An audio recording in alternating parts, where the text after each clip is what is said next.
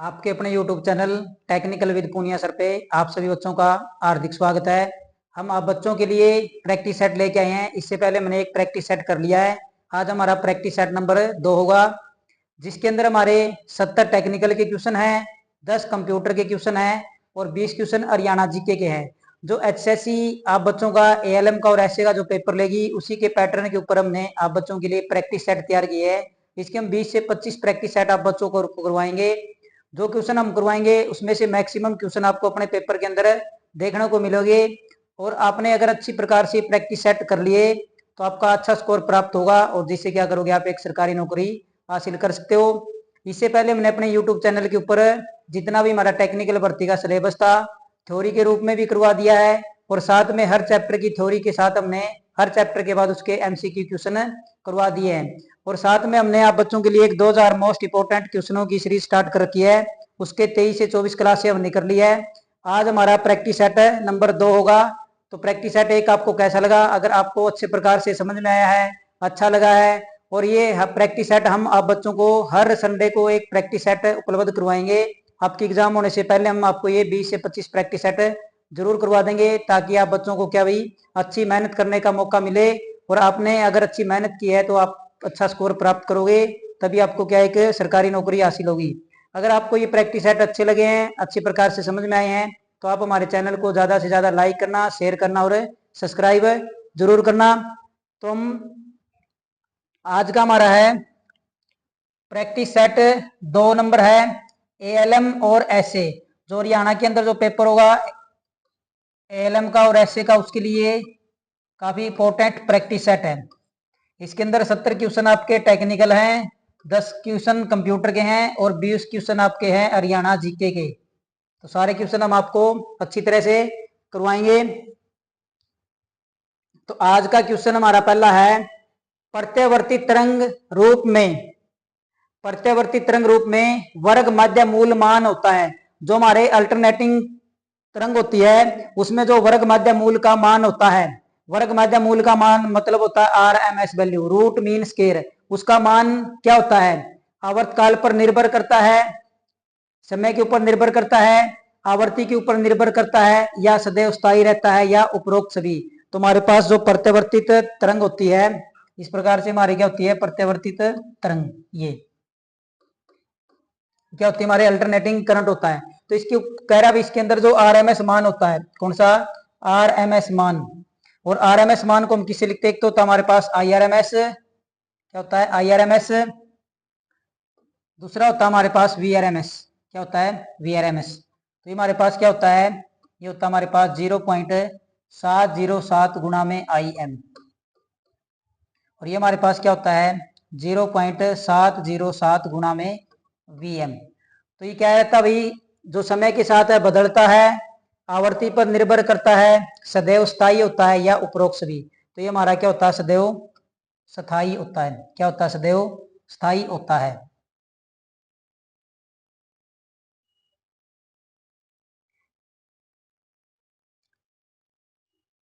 बिना हानि के मानव शरीर अधिकतम कितनी धारा सहन कर सकता है? तो क्या भाई मानव शरीर को क्या ना हो, हानि ना हो, तो अधिकतम कितनी धारा सहन कर सकता है? 1 milliampere, 10 milliampere, 50 milliampere, 100 milliampere. तुम्हारे पास क्या है, जो 10 से 15 मिली एम्पियर है उसमें हमें क्या होता है महसूस होता है, झटका महसूस होता है। 50 मिली एम्पियर पे क्या हो जाता है हमारा अर्धयाघात हो जाता है। और जब हमारा क्या है भाई 1 एम्पियर की धारा या 100 कितनी 100 मिली एम्पियर से अधिक धारा जब हमारे शरीर से गुजरेगी तो हमारी क्या हो सकती है, मौत हो सकती है। 1 एम्पियर धारा से हमारी क्या हो सकती है, मौत हो सकती है। तो मानव शरीर बिना किसी हानि के 10 मिली एम्पियर तक करंट को क्या कर सकता है, सहन कर सकता है। क्या कर सकता है? 10 मिली एम्पियर तक के करंट को सहन कर सकता है।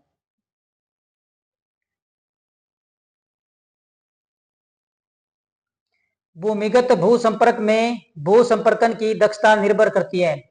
तो भूमिगत भू संपर्कन, जो हमारी क्या ये जमीन है, क्या ये जमीन है, और इसके अंदर हमने क्या करनी है, अर्थिंग करनी। क्या करनी है? अर्थिंग करनी है। अर्थिंग करनी है तो भू संपर्कन अर्थिंग की दक्षता किसके ऊपर निर्भर करती है? तो जो मैंने ये अर्थिंग कर रही है ये किसके ऊपर निर्भर करती है? गहराई बढ़ती है तो घटती है। कह रहा है जैसे हम क्या है इसकी गहराई, गड्ढे की गहराई बढ़ाते जाएंगे तो हमारी अर्थिंग की जो कैपेसिटी वो घटती जाएगी। प्लेट का क्षेत्र बढ़ाने पर बढ़ती है। तो हमारे पास जो प्लेट अर्थिंग करते हैं उसका क्या किया हमने, पहले ये थी, फिर हमने क्या कर दिया, इसका क्षेत्रफल बढ़ा दिया। तो इसके साथ क्या करती है, बढ़ती है, अर्थिंग अच्छी होती है। आगे है गहराई बढ़ाने पर बढ़ती है। फिर कह रहा जी भी, पहले कह रहा था गहराई बढ़ाने पर घटती है, अब क्या कह रहा है, गहराई बढ़ाने पर बढ़ती है। तो हमारे क्या होता है, जब हम क्या करते हैं, अर्थिंग करते हैं, तो हम क्या करते हैं, गड्ढा वहां तक खोदते हैं जहां तक हमें क्या हो, नमी प्राप्त हो, अच्छी नमी प्राप्त हो जाए, वहां तक हम क्या करते हैं, गड्ढा खोदते हैं। तो गहराई बढ़ेगी तो क्या करेगी, अर्थिंग अच्छी होगी। अगर प्लेट का क्षेत्रफल बढ़ा दिया तो भी हमारी अर्थिंग क्या होगी, अच्छी होगी। तो ऑप्शन नंबर डी, बी वह दोनों, सी क्या दोनों सही है। इन दोनों के ऊपर क्या करती है, निर्भर करती है।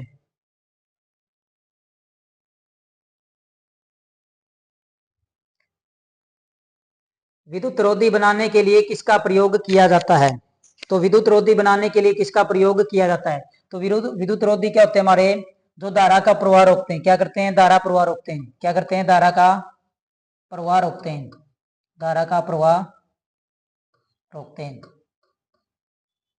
तो किस चीज के बनाए जाते हैं विद्युत रोधी, तांबे के बनाए जाते हैं, अभ्रक के बनाए जाते हैं, पोर्सिलिन के बनाए जाते हैं, या उपरोक्त सभी।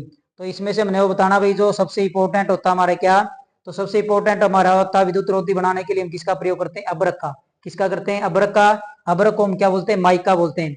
तो ये विद्युत का अच्छा कुचालक है। क्या है, विद्युत का अच्छा कुचालक है। और उष्मा का क्या है, ये अच्छा चालक है। क्या है, उष्मा का ये क्या होता है, अच्छा चालक होता है।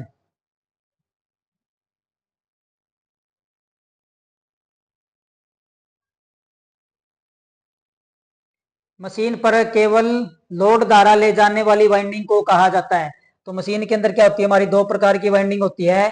तो एक के अंदर चुंबकीय क्षेत्र होता है और दूसरी क्या करती है, चुंबकीय क्षेत्र को काटती है और उसके अंदर क्या होता है, विद्युत धारा का ईएमएफ उत्पन्न होती है, और जिसके कारण क्या होता है, उसके अंदर विद्युत धारा का प्रवाह होता है। तो ऐसी कौन सी वाइंडिंग है जो केवल लोड धारा ले जाने वाली वाइंडिंग कहा जाता है। आर्मेचर वाइंडिंग होती है, फील्ड वाइंडिंग होती है, प्राथमिक वाइंडिंग होती है, या उपरोक्त सभी होती है। तो हमारे पास जो मशीन में केवल लोड धारा ले जाने के लिए जिस वाइंडिंग का प्रयोग किया तो हमारे पास कौन सी होती है, वो हमारे पास होती है आर्मेचर वाइंडिंग। कौन सी वाइंडिंग होती है, आर्मेचर वाइंडिंग।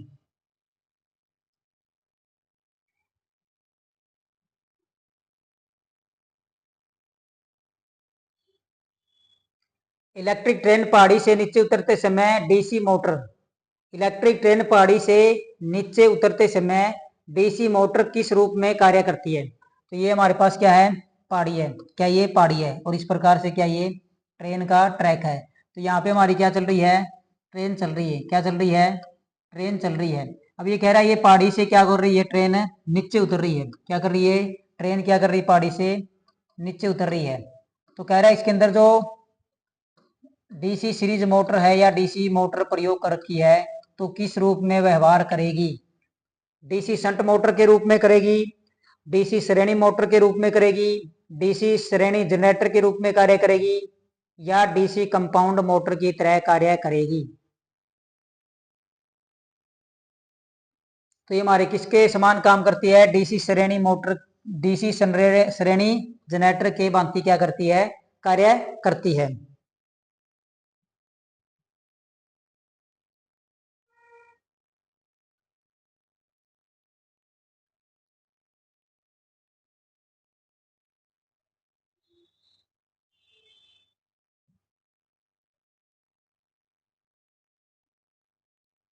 बिना लोड वाले परिणामित्र में प्रेरित ईएमएफ 230 वोल्टेज है।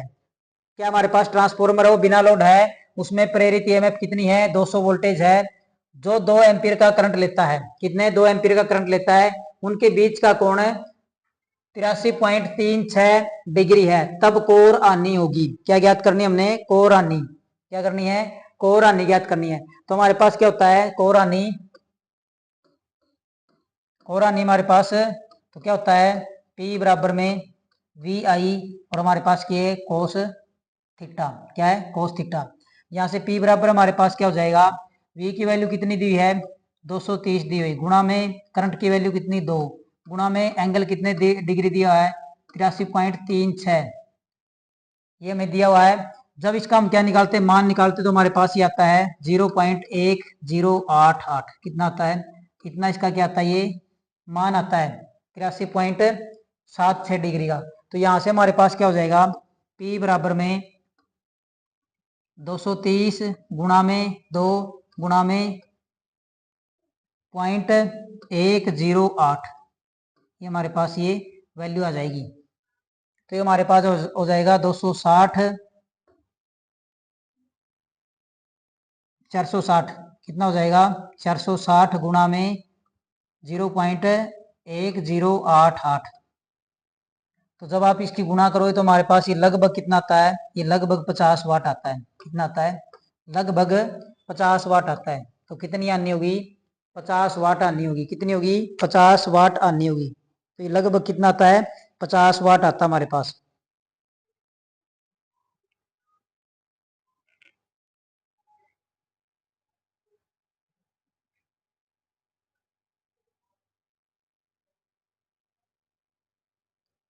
पॉलीफेज इंडक्शन मोटर को 3 फेज सप्लाई से जोड़ा जाता है।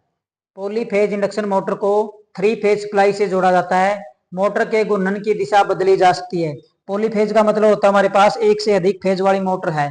क्या है, पॉलीफेज का मतलब क्या है, दो या दो से अधिक फेज है। तो कह रहा है उस मोटर को हमने 3 फेज सप्लाई से जोड़ा है, तो मोटर के घूमने की दिशा बदली जा सकती है। कह रहा है वाई और बी को बदलकर, आर और वाई को बदलकर, कोई भी दो फेज बदलकर, आर और बी को बदलकर। तो हमारे पास जो फेज क्रम होता है हमारे पास होता है आर, क्या होता है, आर वाई और बी। तो या तो हम क्या करते हैं, आर और बी को बदल दें, क्या करते हैं, आर और बी को बदल दें, या आर और वाई को बदल दें, या क्या कर दें, वाई और बी को बदल दें।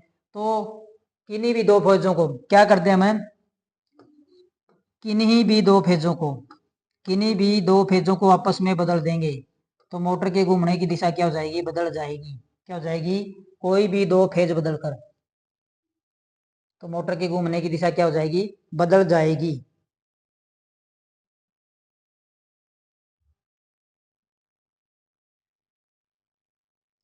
पूर्ण तरंग रेक्टिफायर का उर्मिक गुणांक होता है, तो कौन सा है, पूर्ण वेव। पूर्ण वेव का मतलब हमारे पास कौन सा है, फुल वेव। कौन सा रेक्टिफायर है, फुल वेव रेक्टिफायर है। तो इसके अंदर पूछ रहा है उर्मिक गुणांक कितना होता है। तो इसकी एक तो दक्षता पूछी जाती है, कितनी होती है, क्या पूछी जाती है, इसकी दक्षता पूछी जाती है। तो इसकी दक्षता हमारे पास होती है 81.6% होती है। डायोड पूछे जाते हैं, इसके अंदर कितने प्रयोग किए जाते हैं। तो इसके अंदर जो डायोड प्रयोग किए जाते हैं, दो प्रयोग किए जाते हैं। कितने प्रयोग किए जाते हैं, दो प्रयोग किए जाते हैं। और इसका जो उर्मिक गुणांक होता है हमारे पास 0.48 होता है। कितना होता है, 0.4 होता है। आवृत्ति पूछ ली जाती है, इसकी आवृत्ति कितनी होती है। तो इसकी आवृत्ति हमारे पास होती है 2f। कितनी होती है, 2f इसकी क्या होती है, आवृत्ति होती है। ये इसमें से क्वेश्चन पूछे जाते हैं। ये हमारे पास किसका होता है, ये हमारे पास होता है हाफ वेव का। किसका, हाफ वेव का। इसका होता है हाफ वेव। डायोड कितने प्रयोग होते हैं, एक प्रयोग होता है। दक्षता कितनी होती है, 41.3% होती है। आवृत्ति क्या होती है, एफ होती है। क्या होती है, एफ।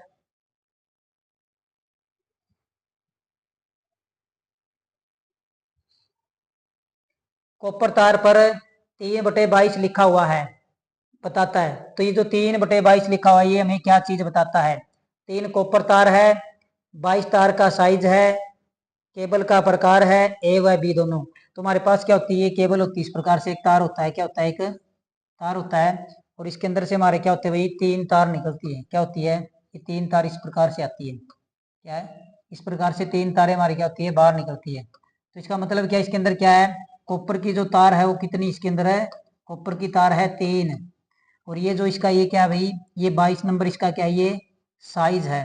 क्या है, जब SWG के अंदर इसको मापते हैं तो हमारे पास क्या होता है, इसका साइज होता है। एक 3/22 की आती है, एक 7/20 की भी आती है हमारे पास। किसकी, 7/20 की।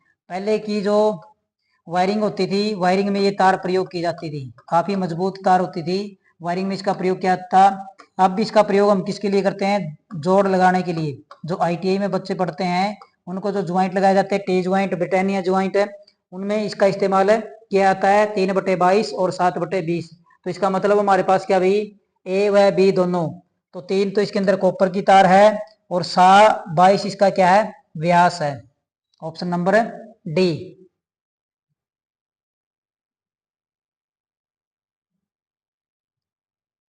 चुंबकीय फ्लक्स बनने का विरोध करता है।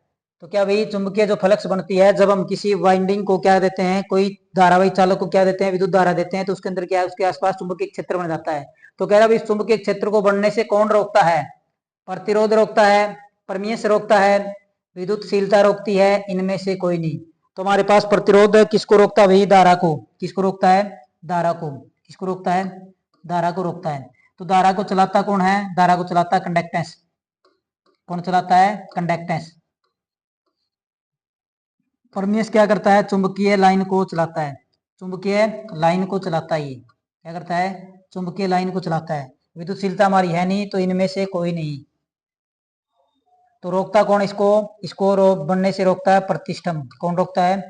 प्रतिष्ठम, जिसको हम क्या बोलते हैं? रिलैक्टेंस। क्या होते हैं? रिलैक्टेंस। रिलैक्टेंस और परमीयस एक दूसरे की क्या होते हैं? विद्युत क्रमानुपाती होते हैं। क्या होते हैं? चुंबकीय फ्लक्स बनने का विरोध कौन करता है? प्रतिष्ठम करता है। और चुंबकीय फ्लक्स बनाने में सहयोग कौन करता है? परमीयस करता है।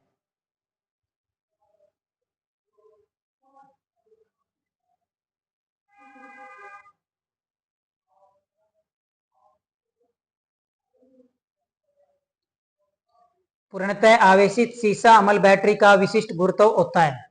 क्या भाई पूर्ण रूप से आवेशित जो बैटरी है, सीसा अमल बैटरी है, लेड एसिड बैटरी है, उसका विशिष्ट गुरुत्व होता है 2280, 1580, 1280, 2880।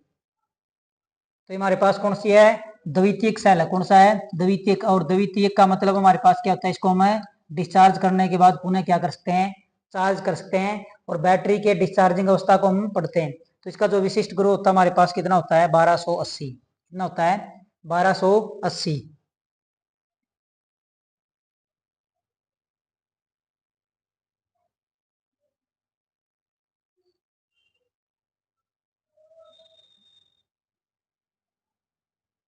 स्टार क्रम में जुड़े तीन फेज लोड में, क्या भाई स्टार क्रम में जुड़े तीन फेज लोड में तीन समान प्रतिबाधाएं होती है।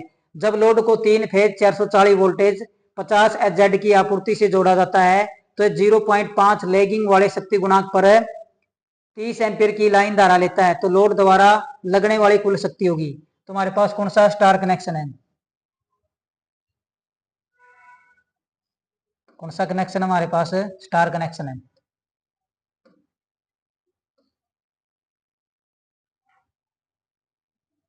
तो ये हमें कितनी दी है? ये हमारी कितनी है? 30 एम्पियर है। कितनी है? 30 एम्पियर। और जो हमारे पास जो ये वोल्टेज दी हुई कितनी है?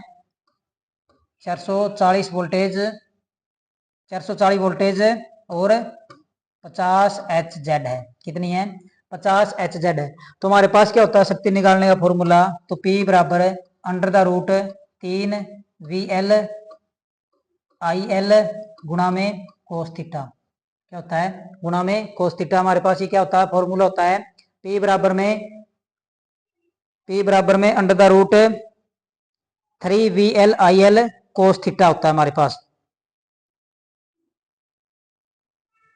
तो यहां से हम मान रख लेते हैं इसका। तो हमारे पास तीन का जो वर्गमूल निकालते हैं हमारे पास क्या आता है? 1.732 गुणा में VL हमारे पास कितनी है? ये हमारे पास है 400 वोल्टेज। कितनी है? 400 गुणा में धारा कितनी है? 30 एम्पियर गुणा में पावर फैक्टर कितना है? 0.5। तो अब हम इसको बटे में क्या कर देंगे? 3 के बाद ये पॉइंट लगाओ, 1 2 3, एक ये लग गया 10। एक जीरो से एक जीरो कट गई, दो जीरो से दो जीरो कट गई, 5 से काटेंगे 2 पे कट गया, 2 से काटेंगे 2 पे कट गया। तो 3 दूनी 6, 17 32 गुणा में 6, तो 6 दूनी 12, आशी लगी एक 6 18 और एक 19, आशी लगी एक 7 6 42 और एक 43, आशी लगी 4 6 कम 6 और 4 10।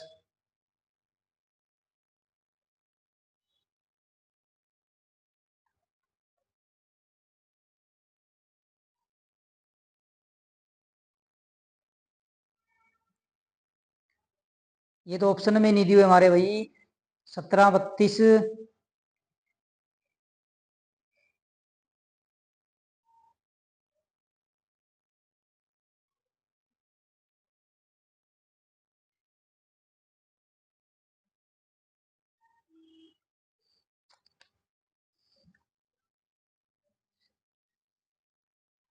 √3 VLIL cos थीटा, ये हमारे पास फॉर्मूला होता है पावर निकालने का।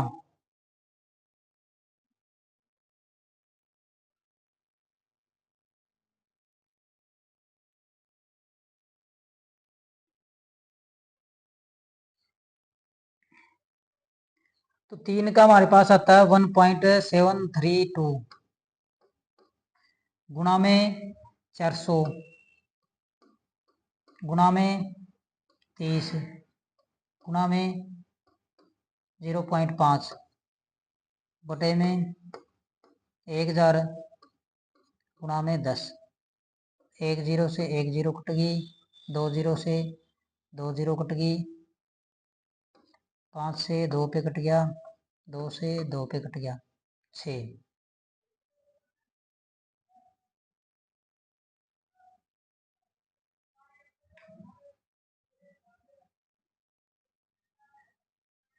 तीन दूनी 6 दूनी 12 का धुआ, 6 × 18 और 1 19, 17 × 102, 106। तो हमारे पास ये आ रहा भाई, इतना आ रही है हमारे पास ये वैल्यू 10,692 वाट, इतनी हमारे पास ये वैल्यू आ रही है। तो ऑप्शन नंबर डी इनमें से कोई नहीं। क्या हो जाएगा हमारा ऑप्शन नंबर डी इनमें से कोई नहीं।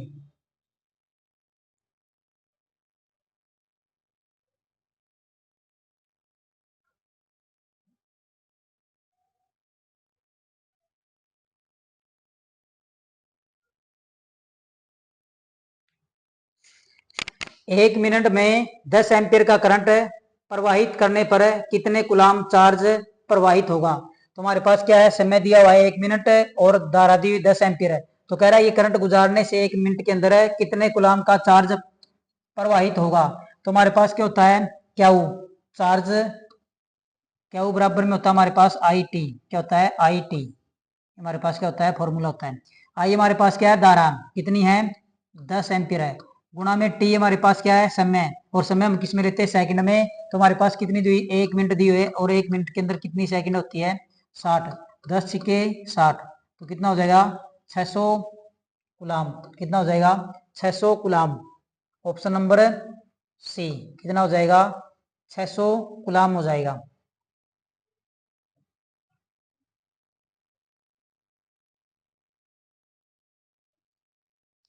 एक चालन गोले के अंदर क्या स्थिर रहता है। तो हमारे पास क्या एक चालन गोला है, उसके अंदर क्या चीज स्थिर रहती है, विद्युत तीव्रता रहती है, चार्ज, विद्युत फ्लक्स या विभव।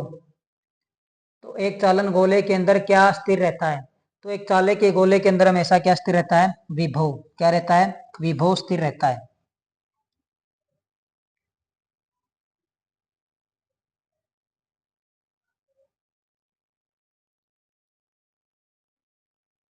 एक 1200 मीटर तार में 60 ओम का प्रतिरोध है। कितना है, एक 1200 मीटर का तार हमारे पास क्या है, एक ये 1200 मीटर का तार है। कितना, ये 1200 मीटर, और इसके अंदर जो प्रतिरोध वो कितना है, 60 ओम है। कितना है, 60 ओम है। 240 मीटर तार के लिए प्रतिरोध होगा। तो दूसरा हमारे पास क्या है, ये कितने का है, 240 मीटर का है। कितने का है, 240 मीटर का है। तो इसके अंदर पूछ रहा प्रतिरोध क्या होगा, क्या पूछा, प्रतिरोध क्या होगा। तो हमारे पास क्या होता है, हम जानते हैं आर समानुपाती एल बाई ए, ये हमारे पास होता है फॉर्मूला। क्या होता है, आर समानुपाती एल बाई ए। तो यहाँ से हमारे पास क्या हो जाएगा, आर समानुपाती एल। तो यहाँ से हमारे पास क्या हो जाएगा, R1 बटे में R2 बराबर में L1 बटे में L2। तो पहले में प्रतिरोध कितना दिया हुआ है, 60 ओम दिया, कितना वो दिया हुआ है, 60 ओम, बटे में R2 हमने क्या करना है, निकालना है। बराबर में पहले हमारे पास लेंथ कितनी है, 1200 है। कितनी है, 1200। फिर दोबारा हमारे पास कितनी है, 240 मीटर है।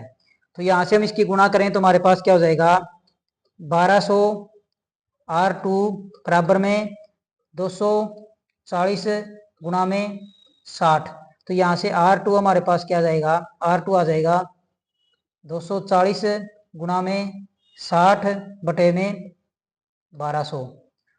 एक जीरो से एक जीरो कैंसिल होगी, एक जीरो से एक जीरो कैंसिल होगी, 6 से 2 पे कट गया, 2 से काटें किस पे कट गया, 12 पे। तो हमारे पास कितना आएगा, 12 ओम आएगा। कितना आएगा, 12 ओम। तो हमारे पास क्या है, दो चालक दिए हुए थे हमें, तो एक की लेंथ थी 1200 मीटर थी, उसका प्रतिरोध कितना था, 60 था। कितना था, 60 था। अब ये देखो प्रतिरोध कितना है, ये लेंथ कितने गुना कम हो रही इससे, 5 गुना। तो 5 से गुना करें तो हमारे पास इसमें कितना आ गया, 5 जीरो जीरो, 5 चौके 20, 5 दूनी 10 और 2 12। तो ये कितनी गुना कम हो रही है, 5 गुना कम हो रही है। तो इस प्रतिरोध को भी आप 5 गुना कम कर दो। कितना कर दो, 5 गुना कम कर दो। तो किससे गुना कर इसको, 12 से। तो हमारे पास कितना आ गया, 12 ओम आ गया। सीधा सा निकालना अगर आपने तो इस प्रकार से भी निकल जाएगा। नहीं तो हमारे पास क्या होता है, आर समानुपाती एल होता है, R1 बटे R2, L1 बटे L2। ये हमने इनका क्या रख लिया है, मान रख लिया है। तो हमारे पास प्रतिरोध कितना आएगा, तो प्रतिरोध आएगा हमारे पास 12 ओम।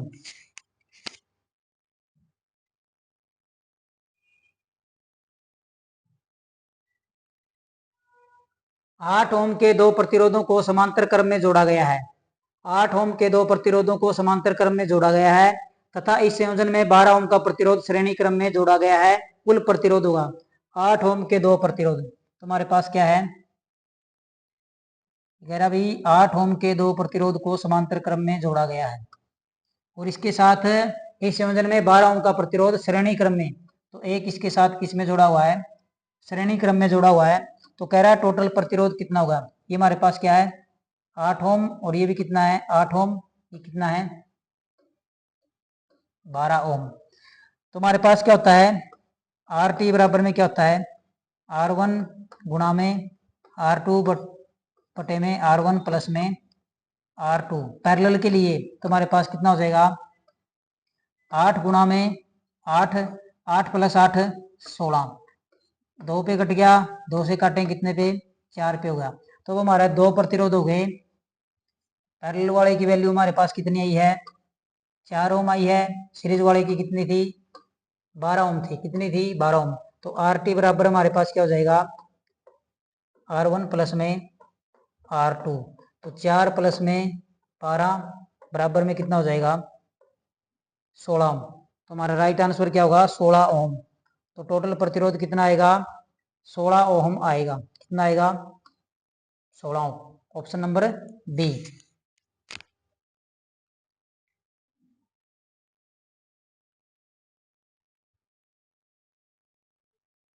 एक ओहमिक घटक का वी आई वक्र होता है।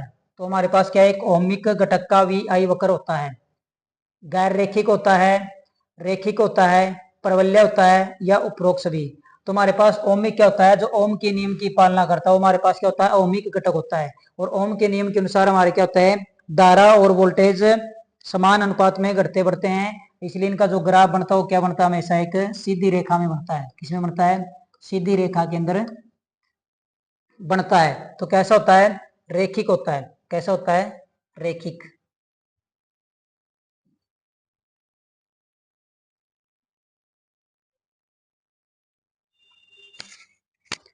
सांकेतिक उपकरण में कौन से गुण होते हैं। तो हमारे पास क्या भाई, सांकेतिक उपकरण है, उसके अंदर कौन कौन से गुण होते हैं, विक्षेपण का गुण होता है, कंट्रोलिंग का गुण होता है, नियंत्रण का गुण होता है या उपरोक्त सभी।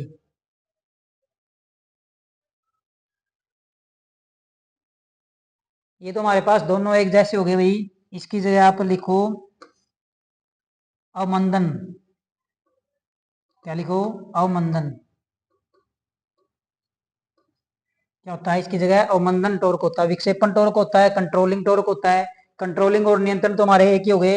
तो हमारा राइट आंसर क्या है, उपरोक्त सभी है। क्या, उपरोक्त सभी है। तो विक्षेपण क्या होता है, जैसे हमारे पास ये कोई मीटर है और इस मीटर के अंदर ये क्या, हमारी सुई है। क्या ये सुई है, क्या ये हमारे पास है, सुई है।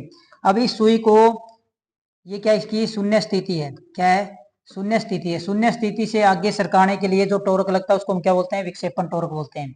इस विक्षेपण टॉर्क से सुई आगे की ओर चली जाती है। इस सुई को वापस करने के लिए क्या, इस सुई को वापस करने के लिए हमारे पास क्या लगाया जाता है, कंट्रोलिंग टॉर्क लगाया जाता है। विक्षेपण टॉर्क से सुई आगे की ओर जाती है, ज्यादा आगे चली जाती है, उसको वापस करने के लिए इसके साथ कौन लगाया जाता है, कंट्रोलिंग टॉर्क लगाया जाता है। कौन सा, कंट्रोलिंग टॉर्क। तो ये क्या होता है, एक होता है टीसी और एक होता है हमारे पास है टीडी। क्या होता है, टीडी। इनके कारण क्या हो जाती है, सुई के अंदर वाइब्रेशन हो जाती है। उस वाइब्रेशन को रोकने के लिए इनके ऊपर कौन सा लगाया जाता है, अवमंदन टॉर्क लगाया जाता है। तो जब हमारे पास क्या भाई संतुलन स्थिति, जब ये हमारी सुई क्या हो जाए, संतुलन हो जाए, तो उस समय क्या होता है, टीसी बराबर में टीडी होता है। जितना कंट्रोलिंग टॉर्क है उतना ही क्या, डिफ्लेक्टिंग टॉर्क तो हमारे क्या हो जाती है, वो संतुलन स्थिति होती है। तो प्रोक्त सभी गुण उसके अंदर होने चाहिए।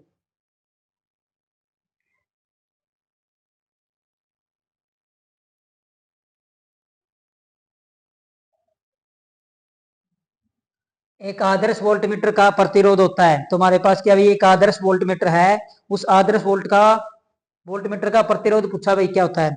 तो हमारे पास क्या होते हैं, एक होता है हमारे पास वोल्टेज सोर्स। क्या होता है, एक तो होता है हमारे पास वोल्टेज सोर्स जो हमें क्या देता है, वोल्टेज देता है। क्या देता है, वोल्टेज स्रोत जो हमें क्या देता है, वोल्टेज देता है। दूसरा होता है हमारे पास मापक यंत्र। दूसरा कौन सा होता है हमारे पास, मापक यंत्र, जो हमारा क्या करता है, मापता है, मापक यंत्र। तो वोल्टमीटर हमारे पास क्या भी एक मापक यंत्र है। तो देख लेते हैं हमारे पास ये लगा हुआ है वोल्टमीटर। क्या लगा हुआ है, वोल्टमीटर लगा हुआ है। तो इस वोल्टमीटर के श्रेणी क्रम में एक प्रतिरोध जोड़ा जाता है। क्या जोड़ा जाता है, प्रतिरोध जोड़ा जाता है, आर एस ई। क्या जोड़ा जाता है, आर एस ई। अब ये क्या करता है, इसके लगाने से हमारे वोल्टमीटर की क्या हो जाती है, रेंज बढ़ जाती है। तो पूछा जाता है वोल्टमीटर की रेंज बढ़ाने के लिए इसके श्रेणी क्रम में प्रतिरोध जोड़ा जाता है। क्या, वोल्टमीटर की रेंज बढ़ाने के लिए इसके श्रेणी क्रम में प्रतिरोध जोड़ा जाता है। तो पूछा है ये कैसा होना चाहिए। अब हमने यहाँ से क्या देनी, इसको वोल्टेज देनी है, और ये वोल्टेज ज्यादा से ज्यादा इसके अंदर रहे, किसके अंदर है, प्रतिरोध के अंदर रहे। तो इसका मान क्या होना चाहिए, इसका मान होना चाहिए उच्च। क्या होना चाहिए, उच्च। क्या होना चाहिए, इसका मान होना चाहिए उच्च। अब हमसे पूछा अभी कंडीशन कौन सी है, आदर्श है। क्या है, आदर्श है, आइडियल है। तो इसके अंदर अगर आदर्श के अंदर पूछे तो इसका प्रतिरोध होता है अनंत। क्या होता है, अनंत प्रतिरोध होता है इसका। क्या होता है, अनंत प्रतिरोध होता है। तो एक आदर्श वोल्टमीटर का प्रतिरोध क्या होता है, आदर्श प्रतिरोध का वोल्टमीटर का प्रतिरोध होता है अनंत। अगर बिना आदर्श पूछे तो क्या होता है, उच्च होता है। दूसरा हमारे पास होता है वोल्टेज सोर्स। क्या होता है, वोल्टेज सोर्स होता है हमारे पास। ये हमें क्या करता है, वोल्टेज प्रदान करता है। ये हमारे पास क्या भाई, वोल्टेज सोर्स है। तो यहाँ से हमारी क्या चलेगी, ये वोल्टेज चलेगी। तो वोल्टेज हमें कहाँ चाहिए, टर्मिनल के ऊपर चाहिए। तो इसका प्रतिरोध क्या होता है, निम्न होना चाहिए। क्या होना चाहिए, निम्न। क्या होना चाहिए, निम्न। अगर आदर्श की बात पूछे, अगर आदर्श वोल्टेज सोर्स के अंदर वोल्टमीटर का प्रतिरोध पूछे तो क्या होता है, आदर्श में होता है हमारे पास शून्य। पेपर के अंदर पक्का क्वेश्चन पूछा जाएगा, धारा स्रोत से पूछ ले, या वोल्टेज सोर्स से पूछ ले, या वोल्टमीटर से पूछ ले, या एमीटर से। तो हमारे पास क्या होता है, ये इस प्रकार से होता है। तो क्या होता है भाई, एक आदर्श वोल्टमीटर का प्रतिरोध क्या होता है, अनंत होता है। क्या होता है, अनंत।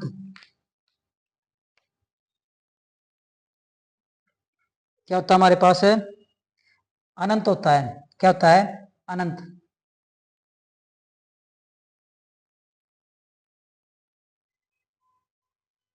हाइड्रो इलेक्ट्रिक स्टेशनों में लो एड संयंत्रों के लिए पैन स्टॉक में पानी का वेग चुना जाता है। किसमें, हाइड्रो इलेक्ट्रिक, जहां पानी से बिजली बनाई जाती है वहां पे स्टेशन होते हैं। तो लो एड संयंत्रों के लिए, कम ऊंचाई वाले संयंत्रों के लिए पैन स्टॉक जो हमारी होती है, ये कंक्रीट सीमेंट की बनी होती है या जीआई पाइप की बनी होती है। तो इसके अंदर जो पानी का वेग चुना जाता है वो कितना होता है, और इसके माध्यम से पानी किसके ऊपर गिरता है, इसके माध्यम से हमारा जो पानी गिरता है वो टरबाइन के ऊपर गिरता है। तो ये पूछा जाता है, इस पानी का वेग चुना जाता है 7 मीटर पर सेकंड, 4 मीटर पर सेकंड, 2 मीटर पर सेकंड, 12 मीटर पर सेकंड।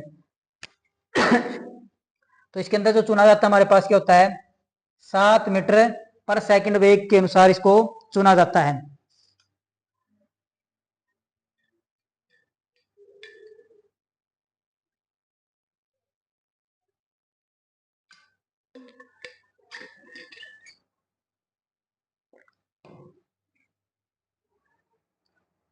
पैन स्टॉक में पानी का, सॉरी भाई 7 नहीं होता, कितना होता है, 2 मीटर पर सेकंड होता है। कितना होता है, 2 मीटर पर सेकंड होता है।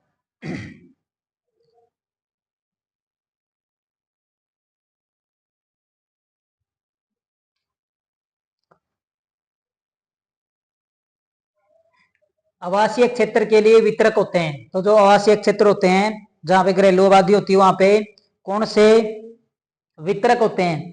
3 फेज 4 तार होते हैं, सिंगल फेज है, 3 फेज है, ए व बी दोनों। तुम्हारे पास क्या होती है गांव में जो लाइट आती है हमारे पास कौन सी होती है? वो 3 फेज 4 वायर सिस्टम होता है। कौन सा? 3 फेज 4 वायर सिस्टम होता है। तो उसके अंदर 3 तो हमारे फेज होते हैं और 4 तार होते हैं।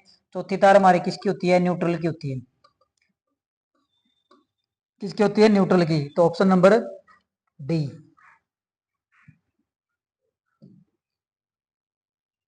प्रदीप्ति की इकाई होती है। तो प्रदीप्ति की इकाई क्या होती है? तो पहले तो हमें पता होना चाहिए प्रदीप्ति होती क्या है। क्या होती है प्रदीप्ति? प्रति इकाई क्षेत्र पर लंबवत तल पर गिरने वाला प्रकाश पुंज। क्या होता है भाई? लंबवत तल पर गिरने वाला कुल प्रकाश पुंज क्या कहलाता है? प्रदीप्ति कहलाता है। और इसकी इकाई क्या होती है? डेसिबल होती है, हेनरी होती है, लक्स होती है, या टेस्ला होती है। तो इसकी इकाई क्या होती है? तो इसकी इकाई हमारे पास होती है लक्स। क्या होती है? लक्स होती है। और पूछे तो इसकी इकाई क्या होती है? ल्यूमेन, ल्यूमेन पर मीटर स्क्वायर। ये भी इसकी क्या होती है? इकाई होती है।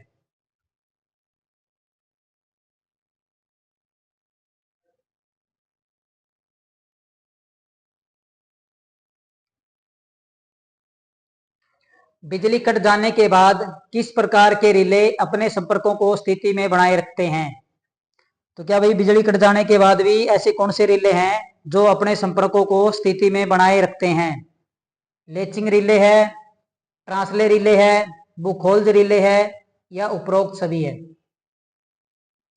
तो ट्रांसले रिले का प्रयोग क्या था? ट्रांसमिशन लाइन के लिए। बुखोल्ज रिले का प्रयोग क्या था? ट्रांसफॉर्मर में। तो ये कंजर्वेटर टैंक और मेन टैंक के बीच में लगाया जाता है। तुम्हारे पास क्या होता है? बिजली कट जाने के बाद किस प्रकार के रिले अपने संपर्कों को स्थिति में बनाए रखते हैं? तो हमारे पास होते हैं लेचिंग रिले। कौन से होते हैं? Latching relay. अगर हमारे द्वारा करवाई गई ये क्लासें आपको अच्छे प्रकार से समझ में आती है तो आप अपने मित्रों के साथ हमारे चैनल को ज़्यादा से ज़्यादा शेयर करना और उनसे सब्सक्राइब जरूर करवाना ताकि हर बच्चे तक ये क्लास पहुंच जाए। जो बच्चा क्या है बैच लेके पढ़ने में असमर्थ है उन बच्चों के लिए मैंने अपने यूट्यूब चैनल के ऊपर सारा सिलेबस थ्योरी का साथ में इसके एमसीक्यू क्वेश्चन है उसके बाद 2000 क्वेश्चन की मोस्ट इंपोर्टेंट सीरीज स्टार्ट कर रखी है। और ये हमारे क्या प्रैक्टिस सेट है जिसके अंदर हमारे टोटल 100 क्वेश्चन है। 10 क्वेश्चन कंप्यूटर के हैं, 20 क्वेश्चन हरियाणा जीके के हैं और 70 क्वेश्चन क्या है टेक्निकल के हैं। तो पूरा 100 नंबर का हमारा ये प्रैक्टिस सेट है। जैसा एचएससी आपसे पेपर लेगी वैसा ही पेपर हमने आप बच्चों को पहले करवा देंगे 20 से 25 ताकि आपके मैक्सिमम क्वेश्चन उन प्रैक्टिस सेटों के अंदर से आपको देखने को मिले। संधारित्र की धारिता किसके समानुपाती होती है? किसकी? संधारित्र की, कैपेसिटर की, जिसको आप आम भाषा में क्या बोलते हो? सेल बोलते हो। संधारित्र की धारिता किसके समानुपाती होती है? प्लेटों की सामग्री की होती है, प्लेटों के बीच की दूरी की होती है, प्लेटों के क्षेत्रफल की होती है, बी व सी दोनों।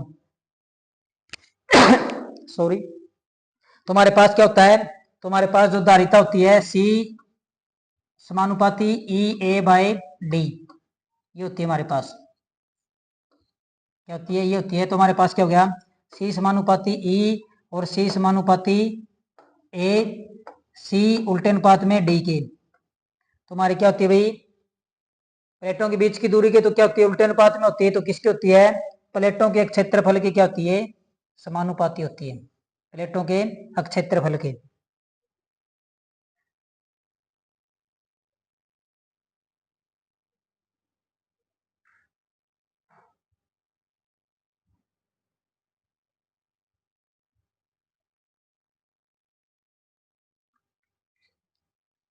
एक प्रेरक में धारा 20 सेकंड में एक समान रूप से क्या भाई? एक प्रेरक हमारे पास है उसमें 20 सेकंड में एक समान रूप से 0 से 10 एम्पियर में परिवर्तित होती है। प्रेरित वोल्टेज 2 वोल्ट है तो प्रेरक का प्रेरक तो होगा। तुम्हारे पास क्या ये एक प्रेरक है? क्या ये हमारे पास एक प्रेरक है? तो इसके अंदर जो क्या है विद्युत धारा क्या कर रही है? 0 से 10 एम्पियर में परिवर्तित हो रही है। क्या हो रही है? और समय कितना है? तो समय कितना है? टी बराबर में क्या दिया हुआ है? 20 सेकंड दिया हुआ। कितना? 20 सेकंड दिया हुआ है। और इसके अंदर जो वोल्टेज उत्पन्न हो रही है वो कितनी हो रही है, 2 वोल्टेज हो रही है। तो हमसे पूछा एल क्या होगा, एल प्रेरकत्व, एल क्या पूछा है, एल पूछा हमसे क्या होगा। तो एल बराबर होता हमारे पास V D T by D I, क्या होता है ये हमारे पास एल बराबर में V D T by D I. तो यहां से हमारे पास क्या हो जाएगा, वी कितना है 2 है, गुणा में समय कितना हमारे पास है 20 सेकंड है, और धारा कितनी हमारे पास 0 से 10 हुई तो 10 है, तो 0 से 0 कैंसिल होगी, बराबर में कितना होगा 4 हेनरी, कितना आएगा 4 हेनरी, कितना आएगा 4 हेनरी, ऑप्शन नंबर ए।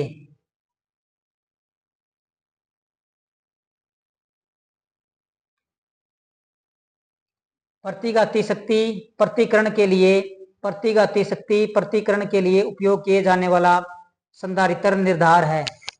तो इसके लिए कौन सा होता है हमारे पास शक्ति निर्धारण के लिए, तो हमारे पास क्या होता है, तो हमारे पास ये 3 प्रकार की शक्ति होती है, कितने प्रकार की होती है 3 प्रकार की होती है। ये होती है हमारे पास के डब्ल्यू, ये हमारे पास होती है के वी ए आर, और ये हमारे पास होती है के वी ए, क्या होती है के वी ए। ये हमारे पास क्या होता है, इनके बीच में एंगल होता है। तो ये हमारे पास कौन सी शक्ति होती है, ये होती है हमारे पास आभासी शक्ति, कौन सी होती है आभासी शक्ति, क्या बोलते हैं इसको आभासी शक्ति, आभासी शक्ति को क्या बोलते हैं एपेरेंट पावर, क्या बोलते हैं एपेरेंट पावर। ये हमारे पास होती है रियल पावर, कौन सी होती है रियल पावर, कौन सी होती है रियल पावर, इसको हम क्या बोलते हैं वास्तविक शक्ति, कौन सी बोलते हैं वास्तविक शक्ति, कौन सी बोलते हैं वास्तविक शक्ति। तो ये हमारे पास कौन सी होती है, ये हमारे पास होती है प्रतिघाती शक्ति, कौन सी होती है प्रतिघाती, और प्रतिघाती को हम क्या बोलते हैं रिएक्टिव पावर, कौन सी रिएक्टिव पावर, क्या होती है रिएक्टिव पावर। तो किसके बारे में पूछा हमारे पास प्रतिघाती शक्ति के बारे में पूछा है, कौन सी निर्धारण क्या होता है, तो हमारे पास के वी ए आर, क्या होता है के वी आर, ये किसके लिए आभासी शक्ति के लिए है, ये किसके लिए हमारे पास, ये हमारे पास रियल पावर के लिए, किसके लिए हमारे पास रियल पावर के लिए है। तो इसमें से भी आपके क्वेश्चन पूछे जाने की संभावना है।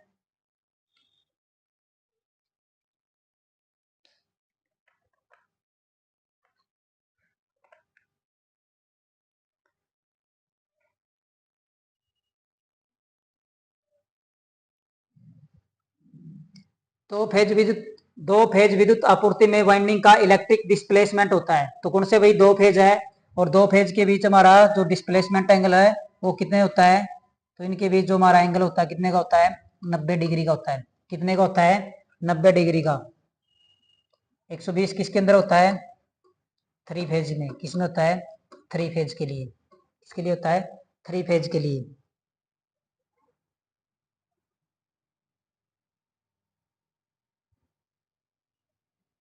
लेड एसिड बैटरी में सेपरेटर किस प्रकार के होते हैं, लेड एसिड बैटरी में सेपरेटर किस प्रकार के होते हैं, कठोर होते हैं, हल्के होते हैं, छिद्रयुक्त होते हैं, या उपरोक्त सभी। तो हमारे पास बैटरी के अंदर क्या होती है प्लेटें होती है, पॉजिटिव और नेगेटिव प्लेटें होती है।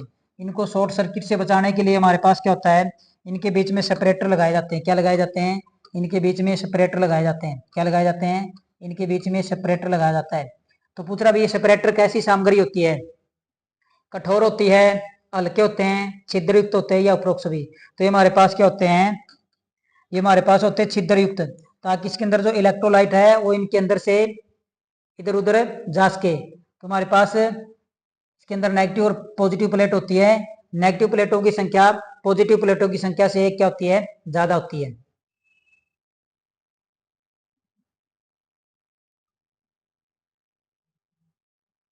आंतरिक रूप से चुंबकीय लाइन चलती है, किसके आंतरिक रूप से चुंबकीय लाइनें चलती है।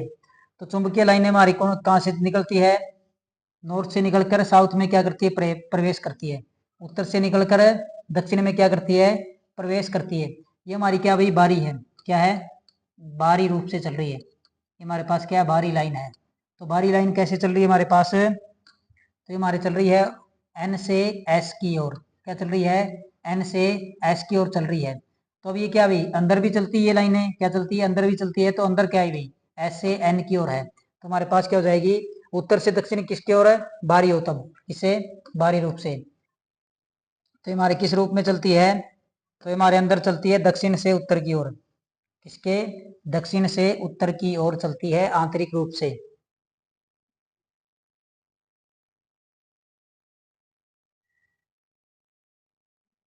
चिकित्सा प्रथा प्राथमिक उपचार में, चिकित्सा प्राथमिक उपचार में DRAB क्या है, तो DRAB की फुल फॉर्म पूछी है किसमें, चिकित्सा की जो प्राथमिक उपचार होता है उसके अंदर DRAB की फुल फॉर्म क्या होती है, danger repair airway breathing, danger response airway breathing, danger response airway bending, danger repair airway body.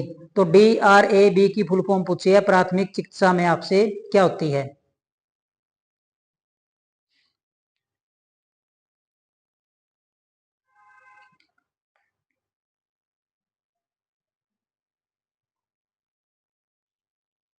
तो क्या होती है हमारे पास, डेंजर रिस्पॉन्स एयरवे ब्रीथिंग, क्या होती है, डेंजर रिस्पॉन्स एयरवे ब्रीथिंग। रेती किस प्रकार की सामग्री की बनी होती है, रेती किस सामग्री की बनी होती है, लोहे की, कार्बन की, उच्च कार्बन स्टील की या एल्यूमिनियम की। तो हमारे लगभग जो एंड स्टूल होते हैं वो किसके बने होते हैं, हाई कार्बन स्टील के बने होते हैं, किसके, उच्च कार्बन स्टील के बने होते हैं, किसके बने होते हैं, उच्च कार्बन स्टील के।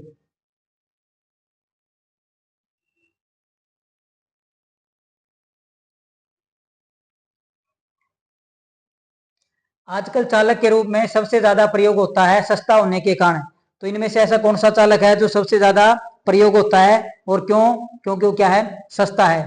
तांबा है, लोहा है, निकल है, एल्यूमिनियम है। तुम्हारे सबसे ज्यादा प्रयोग होने वाला सस्ता चालक कौन सा होता है, तुम्हारे पास कौन सा है, तो एल्यूमिनियम हमारे पास क्या होता है भाई, सस्ता होता है, क्या होता है, सस्ता होता है, और इसका प्रयोग हम क्या करते हैं, ज्यादा करते हैं। तो ऑप्शन नंबर डी हमारा क्या हो जाएगा, राइट आंसर हो जाएगा ऑप्शन नंबर डी।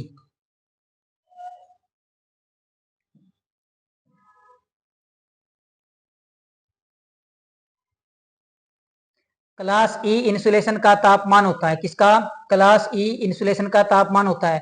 तो आपने एक नाम याद रखना है, सारे आपके तापमान के क्रम याद हो जाएंगे। तो आपने नाम याद रखना है, ये YAE, ये बॉय फ्रेंड है चार्मिंग। तो ये YA, ये B से बॉय, F से फ्रेंड, H से है और C से चार्मिंग। तो यहां से हमारे पास हो जाएगा 90 degree, 105 degree, 120 degree, 130 degree, 155 degree, 180 degree और 180 से ऊपर, 180 से ऊपर। तो अब कौन से का पूछ लो, आपने ये नाम याद रखना, ये बॉयफ्रेंड है चार्मिंग या ये बॉयफ्रेंड है चालू। तो हमारे पास ई श्रेणी का हमसे पूछा है, तो ई का हमारे पास कितना होता है, ई का कितना होता है 120 डिग्री सेल्सियस। 130 किसका होता है, बी का होता है, 190 किसका होता है, वाई का होता है, 105 किसका होता है, ए का होता है।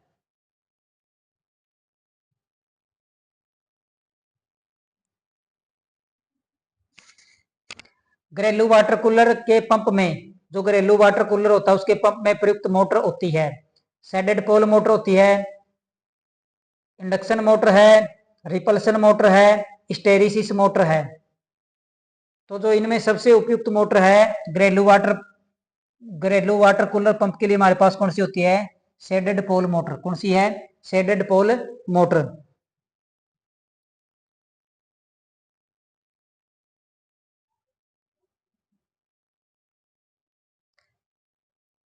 IE नियम के अनुसार लचीले केबलों के हरे और पीले रंग के कोड की स्तुति की जाती है। तो इंडियन इलेक्ट्रिसिटी रूल के अनुसार, नियम के अनुसार लचीले केबलों के लिए हरे और पीले रंग की कोड की स्तुति की जाती है। DC 3 तार के लिए होती है, सुरक्षात्मक भू संपर्क तार होते हैं, न्यूट्रल तार होता है, फेज तार होता है। Indian electrical engineering Indian electrical engineering नियम के अनुसार लचीले केबलों में हरे और पीले रंग के कोड की स्तुति की जाती है। तो ये हमारे पास किस प्रकार के होते हैं? सुरक्षात्मक भू संपर्क तार होते हैं। क्या होते हैं? सुरक्षात्मक भू संपर्क तार।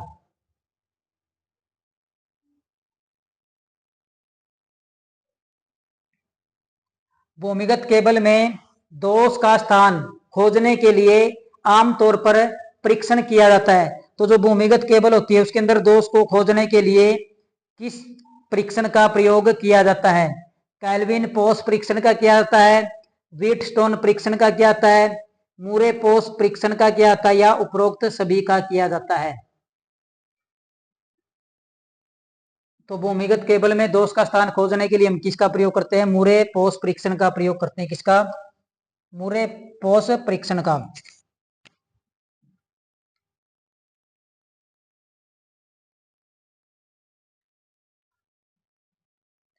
केबल में पीसीएम की फुल फॉर्म क्या है? तो किसके अंदर पूछी भैया? साथ में लिखा हुआ है, किसके अंदर बतानी पीसीएम की फुल फॉर्म है? कहीं और इसकी फुल फॉर्म कुछ और भी हो सकती है, लेकिन किसके मामले में पूछा है? केबल में पीसीएम की फुल फॉर्म क्या है? पॉलीविनाइल क्लोराइड मिक्सर है, प्लस क्रोड मॉड्यूलेशन है, प्लस कार्बन मॉड्यूलेशन है, या इनमें से कोई नहीं? तुम्हारे पास क्या होती है इसकी फुल फॉर्म? है प्लस क्रोड मॉड्यूलेशन। क्या होती है? Pulse code modulation. Option number B.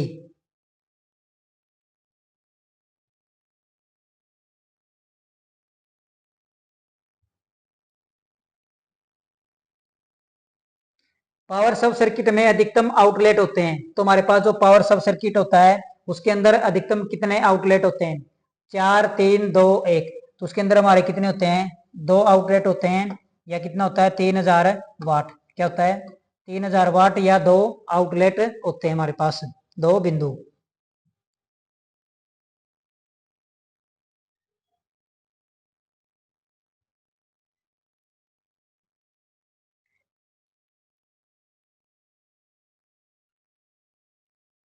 DC generator के किस भाग में अक्षेत्र विद्युत उत्पादन के लिए उपलब्ध होता है?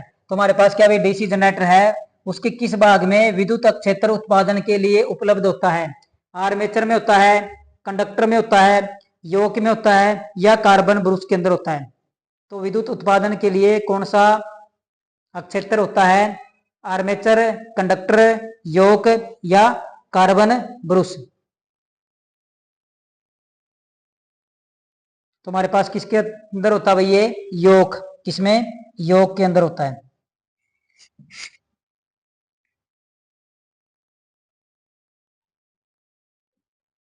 जब चालक किसी चुंबकीय क्षेत्र में गतिशील होता है तो प्रेरित धारा की दिशा ज्ञात की जाती है। किसकी धारा भाई? प्रेरित धारा की दिशा ज्ञात की जाती है। जब चालक किसी चुंबकीय क्षेत्र में गतिशील होता है तो प्रेरित धारा की दिशा ज्ञात की जाती है। मैक्सवेल के कारक स्क्रू नियम से, फ्लेमिंग का दायां हाथ नियम से, फ्लेमिंग के बाएं हाथ नियम से, या उपरोक्त सभी से?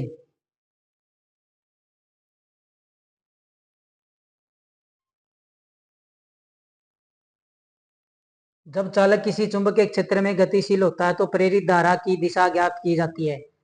तो धारा की दिशा ज्ञात करने के लिए हमारे पास क्या होता है भाई? फ्लेमिंग दायां हाथ नियम। किसका प्रयोग किया जाता है? फ्लेमिंग के दाएं हाथ का नियम का प्रयोग किया जाता है।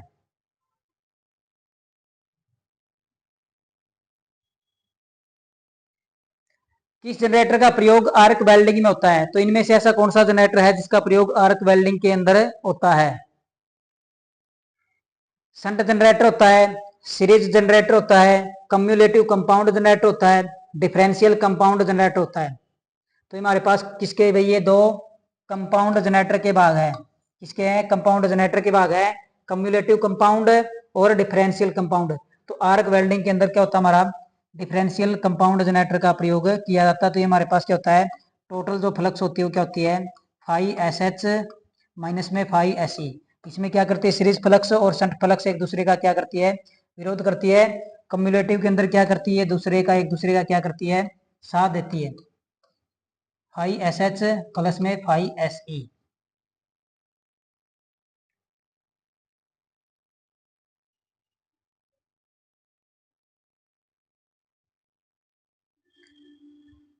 5 HP 230 voltage DC shunt motor armature प्रतिरोध 0.2 ओम है, स्टार्टर के बिना धारा होगी।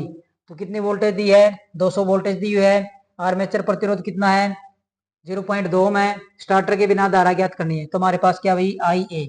क्या आई ए बराबर क्या होता है? वैसे हमारे पास क्या होता है? आई बराबर में वी बटे आर होता है। तो आई ए बराबर हमारे क्या पास हो जाए? वी बटे आर ए। तो वोल्टेज हमें कितनी दी है? 230। कितनी है? 230 है। बटे में क्या है? प्रतिरोध कितना? 0.2। तो इसका पॉइंट हटाएं तो ऊपर कितना आ जाएगा? 10 आ जाएगा। कितना आ जाएगा? 10। 10 से काटें कितने पे कट गया? 5 पे। तो हमारे पास कितना हो गया? 500, 5 ये 15, 5 दूनी 10 और 1 11। कितनी हो जाएगी? 1150 ampere. Option number D 1150 ampere.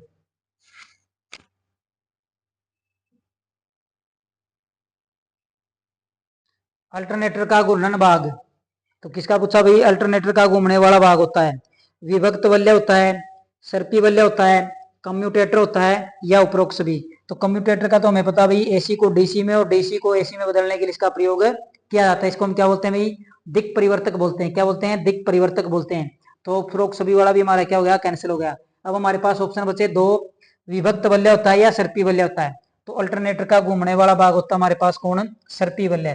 कौन होता है? सर्पी वल्य।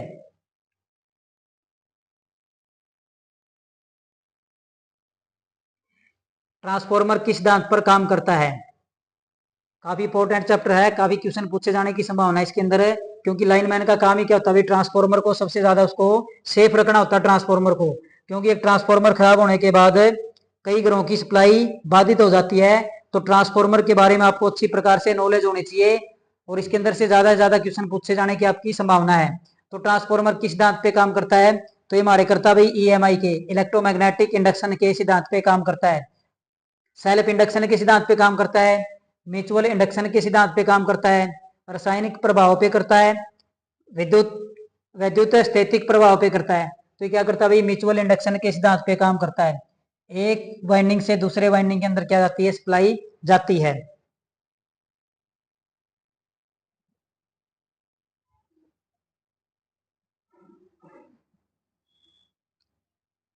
प्रेरण मोटर का स्लिप 0.1 है, जबकि इसकी तुल्यकालिक गति 1000 आरपीएम है। तो रोटर की गति होगी। तो हमसे क्या पूछा भाई? रोटर की गति पूछा है, स्लिप हमें दिया हुआ है और क्या है? तुल्यकालिक गति दे रखी है।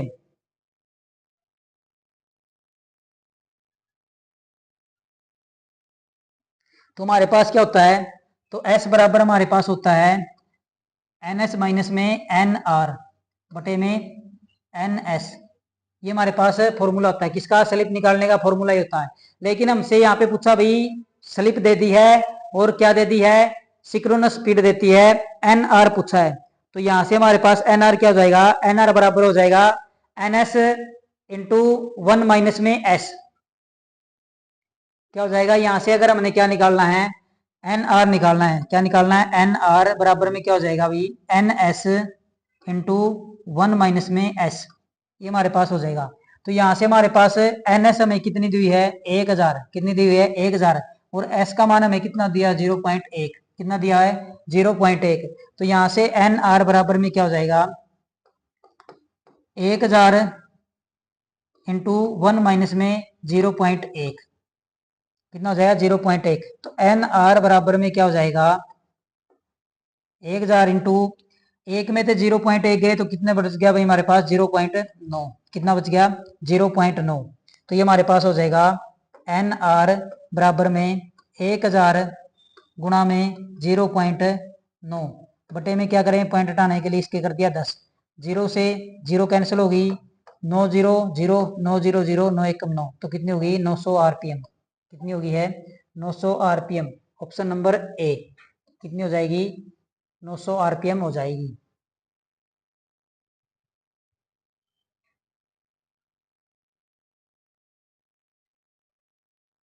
कौन सी इंडक्शन मोटर आकार में बड़ी होगी? तो क्या पूछा भाई? कौन सी मोटर आकार में बड़ी होगी? तो इनमें से बताना भाई आकार में कौन सी मोटर बड़ी होगी हमारी? 20 के डब्ल्यू 3000 आरपीएम, 45 के डब्ल्यू 1800 आरपीएम, 10 के डब्ल्यू 1000 आरपीएम, 36 के डब्ल्यू 600 आरपीएम। तो हमारे पास क्या होगी? मोटर आकार में वही बड़ी होगी जिसके ऊपर क्या होगी? पोल ज्यादा स्थापित होंगे।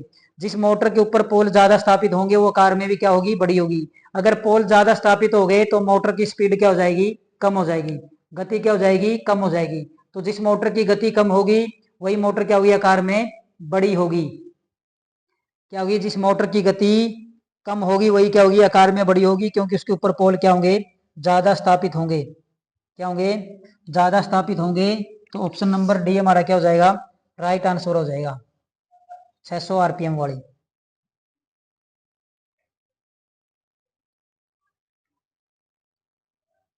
चल लोहा यंत्रों में त्रुटि का स्रोत होता है, जो चल लोहा यंत्र होते हैं उसमें त्रुटि का स्रोत क्या होता है, गलती का, आवर्ती होती है, धारा होती है, धारिता होती है, प्रेरकता होता है।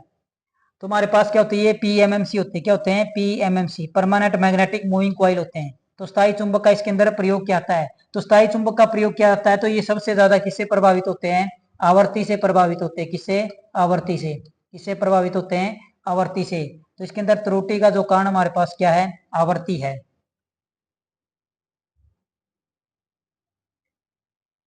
प्रतिरोध का व्युत्क्रम है, किसका पूछा भाई, प्रतिरोध का व्युत्क्रम है। तो प्रतिरोध हमारे पास क्या होता है भाई, जो धारा के रास्ते में बाधा उत्पन्न करता है। क्या करता है, धारा के रास्ते में क्या करता है, बाधा उत्पन्न करता है।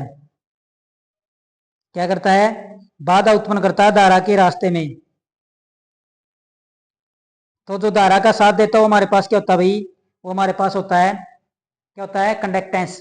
तो प्रतिरोध का उल्टा कौन होता है भाई, कंडक्टेंस होता है। ऑप्शन नंबर सी।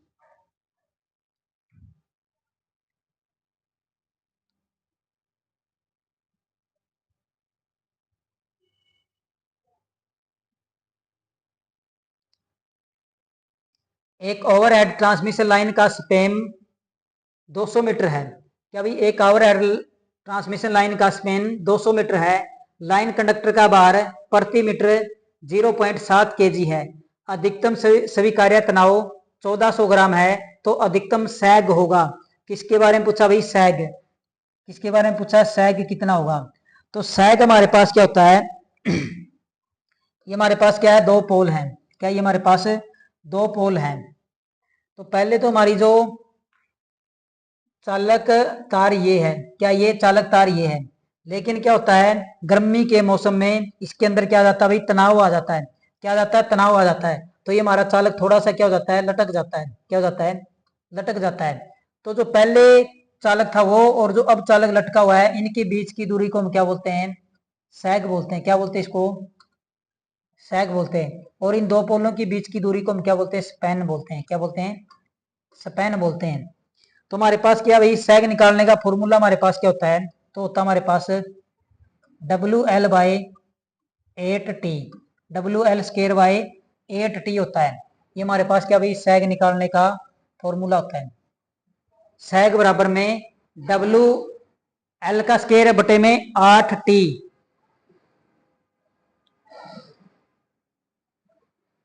तो हमारे पास देख लेते हैं भाई किस किस की वैल्यू दी हुई हमारे पास है।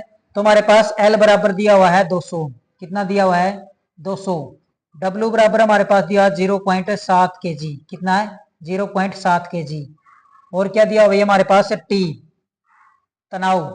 तो ये हमें दिया हुआ है 1400 किलोग्राम। तो इसको हम क्या रख लेते हैं भाई, इसका मान रख लेते हैं अब हम।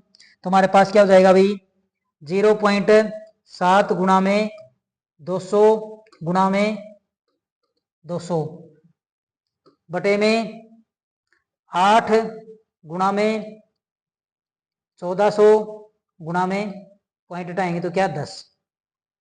एक एक से कट गया, एक से एक कट गई, एक से एक कट गई। 7 से पे कितने पे कट गया, 2 पे। कितने पे कट गया, 2 पे कट गया। 2 से काटेंगे तो कितने पे कट गया, 10 पे। 10 दूनी 20 बटे में 8। तो ये कितने पे कट गया, 5 पे। और ये कितने पे कट गया, 2 पे। कितने पे कट गया, 2 पे। तो ये हमारे पास कितना आ गया, इसको भाग करेंगे तो कितना गया, 2.5 मीटर। कितना गया, 2.5 metre. Option number A. Screenshot ले सकते हो आप इसका। सैग निकालने का फॉर्मूला हमारे पास क्या होता है, WL²/8T होता है। मान दिया हुआ है, उस मान को हमने क्या रख लिया, फॉर्मूले के अंदर रख लिया है।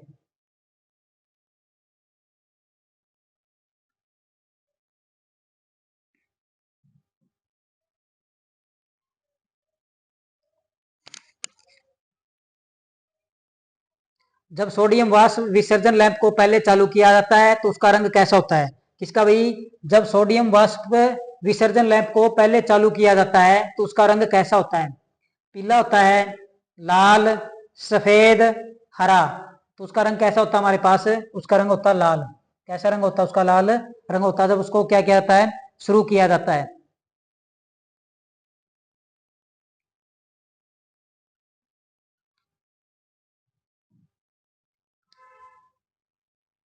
ट्रांसफॉर्मर की किस वाइंडिंग में टर्न की संख्या अधिक होगी? तो ट्रांसफॉर्मर की किस वाइंडिंग में टर्न की संख्या अधिक होगी? उच्च वोल्टेज साइड, निम्न voltage side, primary side, secondary side. तो कहाँ पे होगी हमारे पास? जो ट्रांसफॉर्मर में जहां में क्या मिलेगी? उच्च वोल्टेज मिलेगी, वो हमारे पास क्या होती है? उसमें टर्न की संख्या हमेशा क्या होती है? ज्यादा होती है। क्या होती है?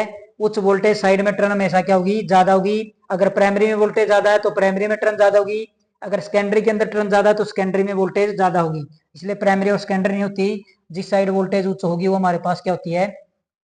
ट्रांसफॉर्मर की वाइंडिंग में टर्न की संख्या ज्यादा होगी।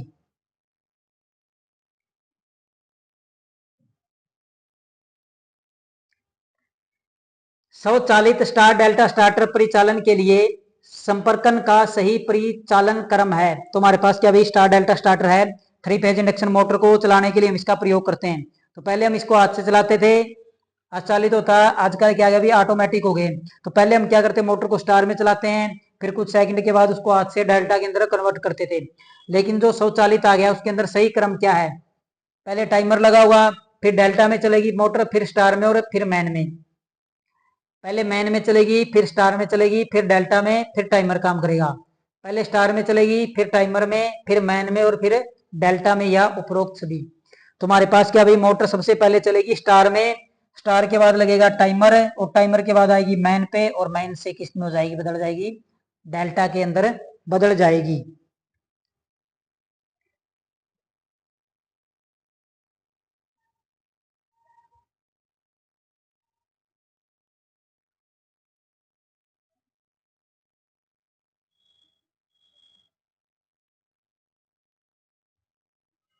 उल्टा वी वक्र ग्राफ बनता है। तो क्या बनता है भाई? उल्टा वी वक्र ग्राफ। तो ये हमारे पास क्या? उल्टा वी ग्राफ है। तो ये हमारे एक तो बनता है भाई पावर फैक्टर के बीच में, और किसके? लोड धारा के बीच में। किसके? लोड धारा के बीच में। किसके बीच में बनता है? लोड धारा के बीच में बनता है। तो ऑप्शन नंबर ए। ओ option number C. Power factor और लोड धारा के बीच में हमारा ये ग्राफ बनता है।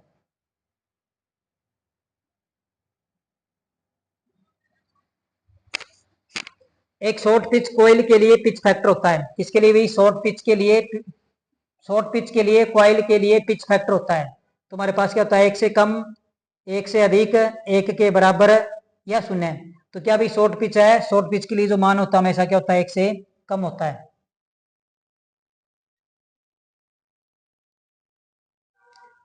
अक्षर ए के लिए, ए अक्षर के बराबर आस्की क्या है? ये आस्की कोड भाई American standard code information interchange. तो इसकी फुल फॉर्म है, ये 7 बिट कोड होता है। कितना होता है भाई? 7 बिट कोड है। ये कौन सा होता है? 7 बिट कोड होता है। तो जैसे हमारे पास क्या भाई? 65 है। क्या है? 65 है। तो 65 के लिए हमारे पास क्या होगा भाई? 65 लिखना हमने 1 2 4 8 16 32 और 64। तो क्या भाई 65 बनाना तो ये जुड़ेगा 0 0 0 0 0 1, और इसके आगे क्या लगती है? एक जीरो लगती है। तो हमारे पास ये होता है। तो ऑप्शन नंबर सी हमारा क्या हो जाएगा? राइट आंसर हो जाएगा। 7 बिट कोड है, American standard code information interchange full form होती है इसकी। निम्न में से कौन सी त्रिसंयोजी अशुद्धि है? कौन सी वही त्रिसंयोजी अशुद्धि है? तो ये मैंने आपको पहले ही बता दिया है। इसके लिए हमारे पास एक ट्रिक होती है। त्रिसंयोजी पी टाइप में होती है और पंचसंयोजी एन टाइप में होती है। तो बैंगन, आलू, गाजर, इन, थैला। Boron, aluminium, gallium, indium, thallium. ये हमारे पास होती है त्रिसंयोजी। और पंचसंयोजी हमारे पास होती है पाकिस्तान, ऑस्ट्रेलिया, सब, नेपाल, पाकिस्तान, ऑस्ट्रेलिया, सब, बिखारी। नाइट्रोजन, फास्फोरस, आर्सेनिक, एंटीमनी और बिस्मिथ। ये हमारे पास क्या होती है, पंचसंयोजी होती है। तो इसके अंदर हमारी एल्यूमिनियम क्या है भाई, एल्यूमिनियम हमारे पास त्रिसंयोजी अशुद्धि है। आलू, आलू का मतलब एल्यूमिनियम।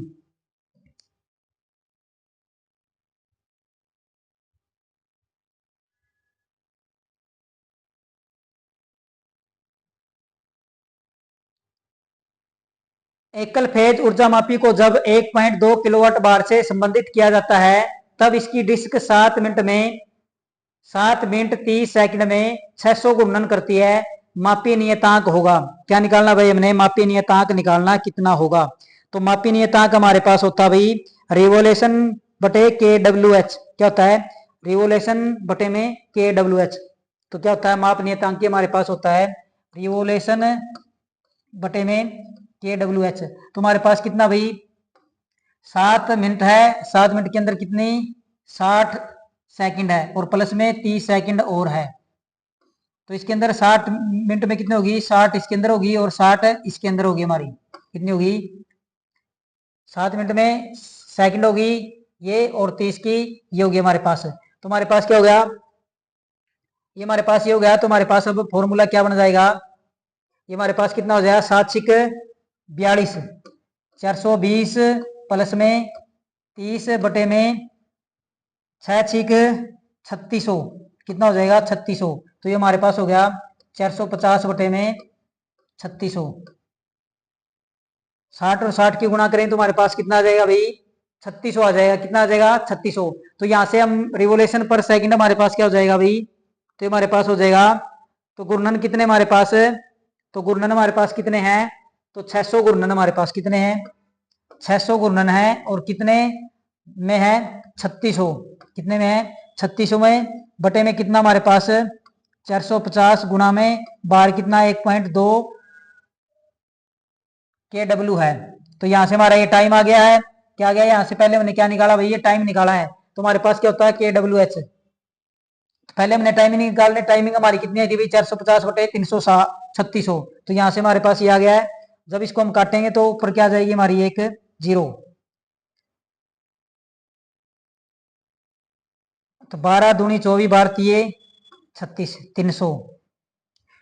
0 से 0 कैंसिल होगी, ये कितने पे कट गया हमारे 9 पे, 9 पंजे 45। ये कितने पे कटेगा 9 दूनी 18 9 तिये 27। तो यहां से हमारे पास ये बच गया भाई,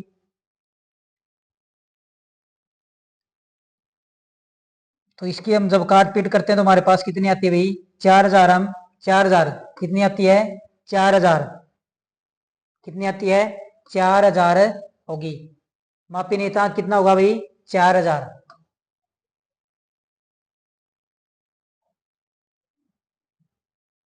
म्यूचुअल इंडक्टेंस को मापा जाता है, तो म्यूचुअल इंडक्टेंस को किससे मापा जाता है, ओम से मापा जाता है, हेनरी से मापा जाता है, वोल्ट से मापा जाता है या एम्पियर से। तो ओम, ओम में किसको मापते हैं, प्रतिरोध में, वोल्टेज को किससे वोल्ट से, धारा को किससे एम्पियर से। तो म्यूचुअल इंडक्टेंस को किससे मापते हैं हम, हेनरी से।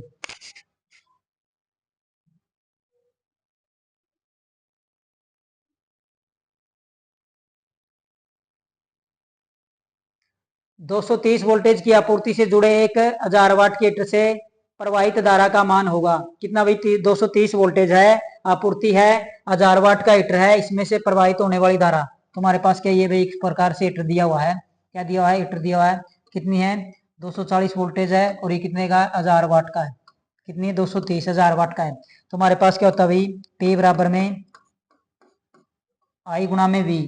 तो इसकी वैल्यू हमें दी हुई कितनी 1000 दी हुई है, बराबर में क्या है आई हमने निकालना है, इसकी वैल्यू कितनी है 230 है। तो आई बराबर हमारे पास क्या हो जाएगा 1000 बटे में 230।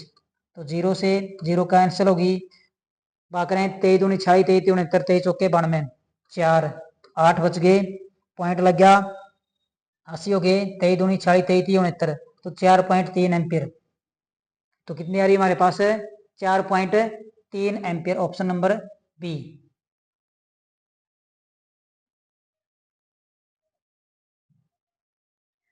हमारे पास भाई VAR किसकी इकाई है निम्न में से, वास्तविक शक्ति की है, सक्रिय शक्ति की है, प्रतिघाती शक्ति की है या आभासी शक्ति की है। तो हमारे पास क्या होती है भाई वास्तविक शक्ति की हमारे पास होती है, वास्तविक और स्क्रीस की दोनों की क्या होती है, के डब्ल्यू होती है। वास्तविक शक्ति हमारे पास होती है केवीए, क्या होती है केवीए, और इसकी हमारे पास क्या होती है केवीए आर। तो हमारी किसकी अभी प्रतिघाती शक्ति की इकाई है।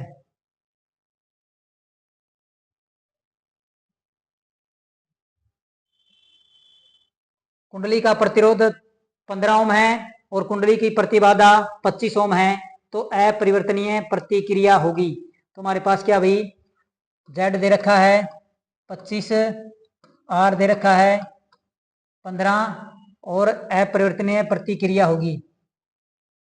तो किसका मान पूछा है, XL का मान हमसे पूछा है। तो हमारे पास क्या होता है भाई Z स्क्वायर बराबर में under the root R square XL minus XC का स्क्वायर होता है। तो यहाँ से हमारे पास Z स्क्वायर बराबर में क्या हो जाएगा R का स्क्वायर प्लस यहाँ से हमने क्या निकालनी है XL निकालना है।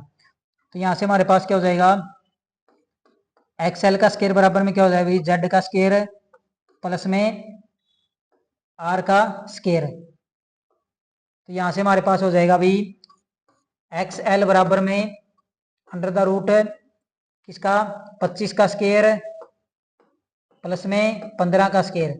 25 का स्क्वायर कितना होता है हमारे पास 625 और प्लस में 15 का स्क्वायर कितना होता है भाई 15 एकम 15 पंजे 75, 7 15 एकम 15 और 7 22। तो हमारे पास कितना हो गया भाई 850। 25 का कितना होता है स्क्वायर 625 होता है। कितना होता है 625।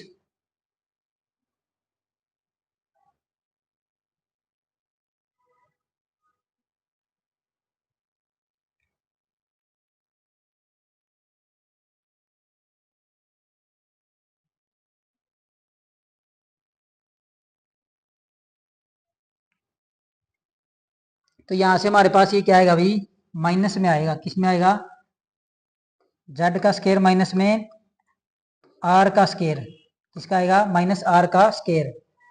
तो यहाँ से हमारे पास क्या आएगा ये, तो ये हो जाएगा हमारे पास 625 माइनस में 225।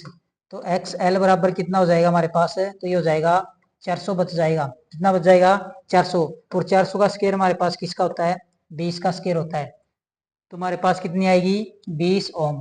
कितनी आएगी 20 ओम।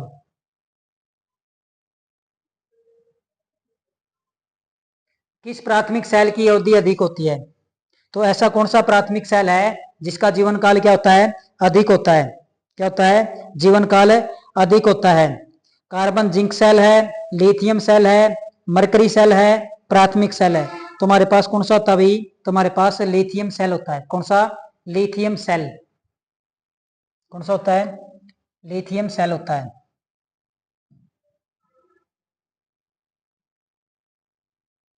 यदि पदार्थ की चुंबकशीलता निम्न हो, क्या हो भाई चुंबकशीलता निम्न हो, तो आर्मेचर अभिवाह पथ का रिलेक्टेंस होगा। तो जो आर्मेचर के अंदर जो फ्लक्स होगी उसके अंदर जो पथ है उसमें रिलेक्टेंस होगा। तो हमारे पास क्या भाई चुंबकशीलता क्या है, चुंबकशीलता निम्न है, तो इसका मतलब हमारे पास आर एम क्या हो जाएगा ज्यादा हो जाएगा। क्या हो जाएगा ज्यादा हो जाएगा। जो फ्लक्स बनेगी उसके अंदर क्या होगा भाई रिलेक्टेंस क्या होगा ज्यादा, क्या होगा उच्च।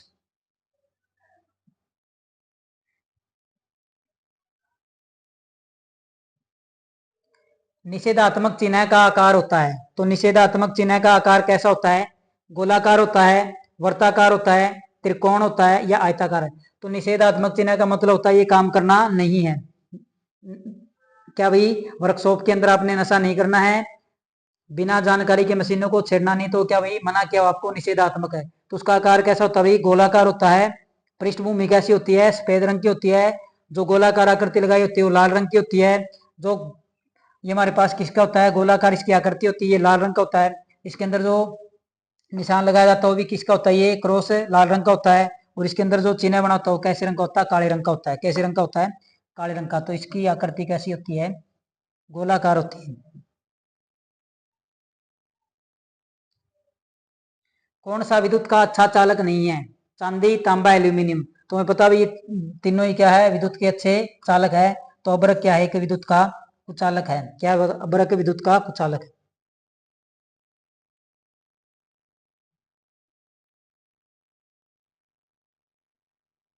लैंप की दक्षता को व्यक्त किया जाता है, तो हम जो लैंप लेके आते हैं उसकी दक्षता को किसमें व्यक्त किया जाता है? तो आपने देखा होगा उसके ऊपर लिखा होता है भाई ल्यूमन बटे वाट। क्या लिखा होता है? ल्यूमन बटे में वाट। इतना वाट लेगी और इतने ल्यूमन की हमें क्या देगी? दक्षता देगी। तो क्या लिखा होता है?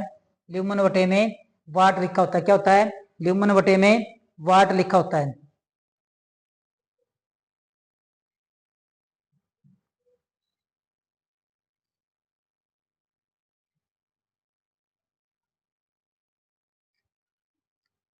सिंगल फेज इंडक्शन मोटर को स्टार्ट करने के लिए कौन सी विधि अपनाई जाती है? प्रेरक स्टार्ट विधि, इनपुट टर्मिनल स्टार्ट विधि, स्प्लिट फेज विधि या उपरोक्त सभी।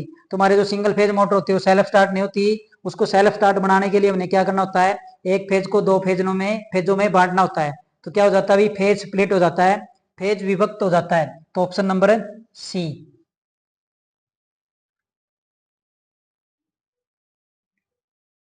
ट्रांसफॉर्मर का वोल्टेज रेगुलेशन नेगेटिव है। क्या भाई ट्रांसफॉर्मर का वोल्टेज रेगुलेशन नेगेटिव है, तब उसका लोड पावर फैक्टर होगा शून्य होगा, अग्रगामी होगा, पश्चगामी होगा या यूनिटी होगा। अगर वोल्टेज रेगुलेशन नेगेटिव है तो उसका पावर फैक्टर क्या होता है? हमेशा अग्रगामी होता है। क्या होता है? अग्रगामी होता है।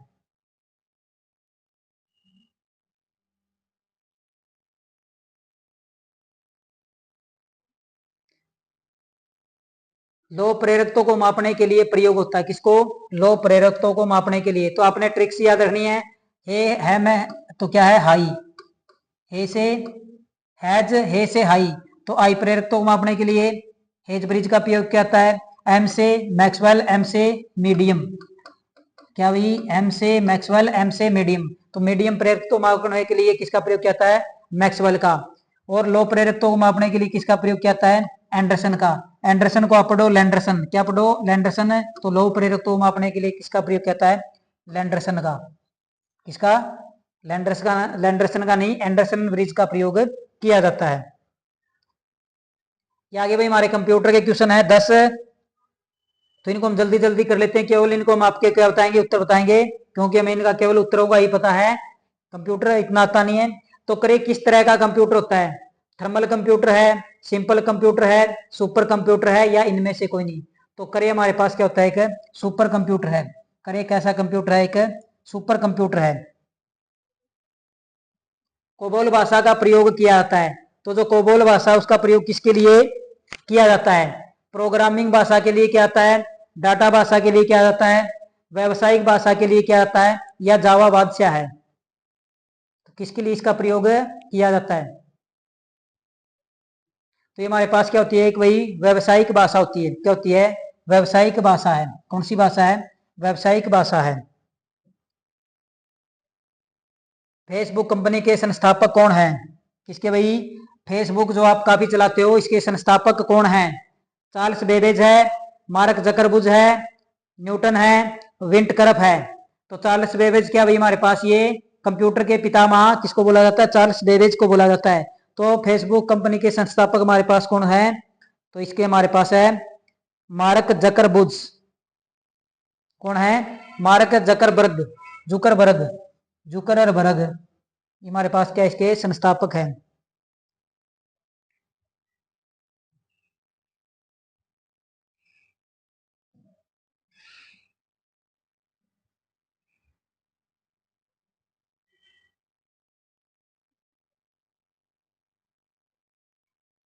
पहला प्रोग्राम बनाया था। तो इंपॉर्टेंट क्वेश्चन भाई, पहला प्रोग्राम किसने बनाया था? मार्क जुकरबर्ग ने, चार्ल्स बेबेज ने, लेडी अगस्ता अड्डा ने या इनमें से कोई नहीं?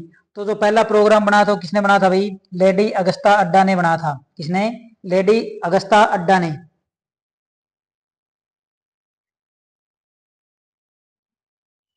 नेक्स्ट भाई बुलियन कॉन्सेप्ट किसने दिया था? जो गेट के अंदर हमारे बुलियन होती है वो कॉन्सेप्ट किसने दिया था? लेडी अगस्ता अड्डा ने, मार्क जुकरबर्ग ने, चार्ल्स बेबेज ने या जॉर्ज बुल ने? तो ये कब दिया गया था? ये 1854 के अंदर दिया गया था। कब? 1854 के अंदर बुलियन कॉन्सेप्ट दिया गया था। और किसने दिया था? जॉर्ज बुल ने। किसने दिया था? जॉर्ज बुल ने। ये आ गया भाई भारत का पहला सुपर कंप्यूटर। तो भारत का पहला सुपर कंप्यूटर 1991 में बना था। कब बना था? 1991 में। आपने ये भी याद रखना है। और कौन सा था भाई? सीडक था, करे था, परम 800 था, सिद्धार्थ 1000 था। तो भारत का पहला कंप्यूटर कौन सा था भाई? परम 800 था। कौन सा था भारत का पहला कंप्यूटर? परम 800 था। नया डॉक्यूमेंट बनाने के लिए शॉर्टकट की क्या है? हमने क्या करना भाई? नया डॉक्यूमेंट बनाना है, उसके लिए शॉर्टकट किया है, की क्या है? कंट्रोल प्लस एन है, कंट्रोल प्लस एफ है, control plus shift plus N है, अल्ट प्लस एन है। तो हमारे पास क्या भाई? कंट्रोल प्लस एन होता है नई फाइल बनाने के लिए। क्या होता है? और फाइल ढूंढने के लिए हमारे पास क्या होता है? कंट्रोल प्लस एफ होता है। तो कंट्रोल प्लस एन।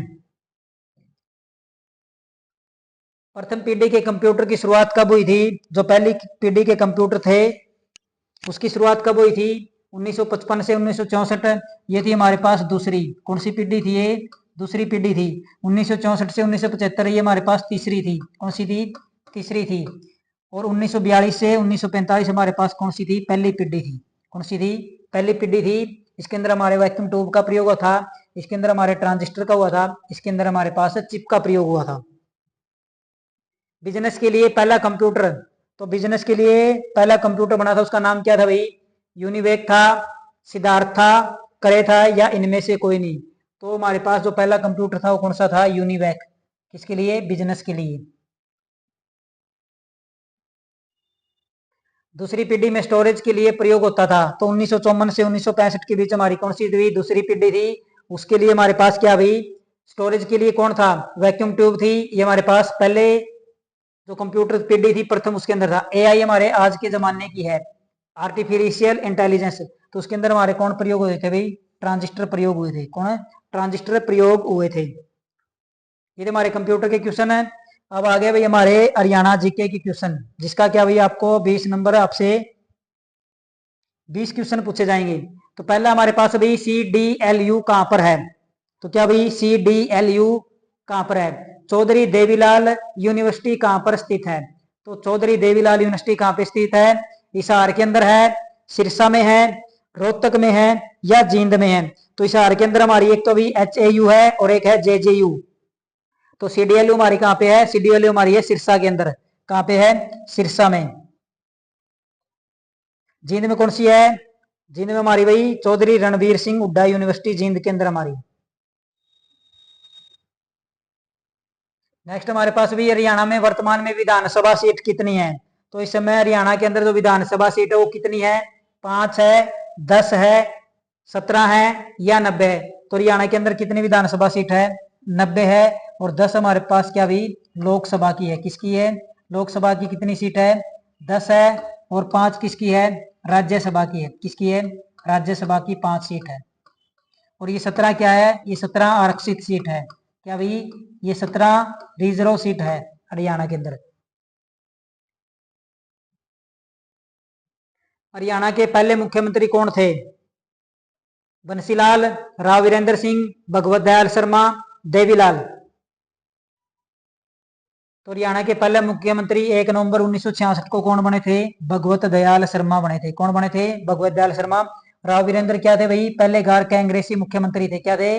पहले गैर कांग्रेसी मुख्यमंत्री थे। ये हमारे पास क्या भाई? इनको लौह पुरुष के नाम से जाना जाता है। किसके? लौह पुरुष के नाम से। गोलागढ़ गांव के अंदर इनका जन्म हुआ था। देवीलाल गरीबों के मसीहा, जननायक ताऊ के नाम से इनको क्या है? जाना जाता था। चौटाला गांव के अंदर इनका क्या हुआ था? जन्म हुआ था। नेक्स्ट हमारे पास भी सबसे ज्यादा शपथ लेने वाले मुख्यमंत्री। तो हरियाणा के अंदर एक ऐसा मुख्यमंत्री हुआ है जिसने सबसे ज्यादा बार क्या ली है? शपथ ली है। लेकिन वो आज हमारे बीच में नहीं है। उनका क्या होगा भी? सरोगास हो गया है। वो आज हमारे बीच में नहीं है। भजन लाल है, मनोहर लाल है, भूपेंद्र सिंह हुड्डा है, ओम प्रकाश चौटाला है। तो हमारे पास क्या भाई? भजन लाल है, सबसे लंबे समय तक मुख्यमंत्री रहे हैं। कार्यकाल क्या इनका भाई? सबसे लंबे समय तक, सबसे ज्यादा ये मुख्यमंत्री रहे हैं। मनोहर लाल खट्टर क्या भाई? ये 2 बार लगातार बीजेपी की तरफ से मुख्यमंत्री रहे हैं। और बीजेपी की तरफ से पहले मुख्यमंत्री हरियाणा के अंदर कौन थे? मनोहर लाल खट्टर। और दूसरे कौन हमारे? नायब सिंह सैनी है, जो वर्तमान में हरियाणा के मुख्यमंत्री है। भूपेंद्र सिंह हुड्डा लगातार सबसे ज्यादा मुख्यमंत्री रहने का रिकॉर्ड है। लगातार मुख्यमंत्री रहने का रिकॉर्ड इनके नाम है। तो हमारे पास क्या भाई, ओम प्रकाश चौटाला, इन्होंने क्या भाई 5 बार मुख्यमंत्री पद की क्या ली है, शपथ ली है। अजका की स्थापना कब हुई थी, तो अजका की फुल फॉर्म है हरियाणा जनहित कांग्रेस। जब 2007 के अंदर हरियाणा के अंदर कांग्रेस की सरकार आई थी, तो चौधरी भजनलाल के नेतृत्व में 67 सीटें जीती थी। उसमें चौधरी भजनलाल को मुख्यमंत्री नहीं बनाया गया था कांग्रेस की तरफ से। पहली बार भूपेंद्र सिंह हुड्डा को मुख्यमंत्री की कमान सौंपी गई थी। उससे नाराज होकर कुलदीप बिश्नोई और भजनलाल ने 2008 के अंदर पार्टी बनाई थी, कौन सी, हरियाणा जनहित कांग्रेस, अजका, क्या, अजका पार्टी बनाई थी। नेक्स्ट है भाई, ये भाई जो आपको नौकरी देंगे, तो ये पूछा भाई HSSC के वर्तमान चेयरमैन कौन है, हरियाणा स्टाफ सिलेक्शन कमीशन के वर्तमान चेयरमैन कौन है, गोपाल सिंह, भारत भूषण, हेमंत सिंह, मनोहर लाल। तो वर्तमान के अंदर HSSC के चेयरमैन कौन है, तो वर्तमान के अंदर HSSC के चेयरमैन हमारे पास अभी हेमंत सिंह। कौन है वर्तमान में HSSC के चेयरमैन, कौन है, हेमंत सिंह है। इससे पहले कौन थे, गोपाल सिंह खत्री, और गोपाल सिंह खत्री से पहले कौन थे, भारत भूषण भारती थे।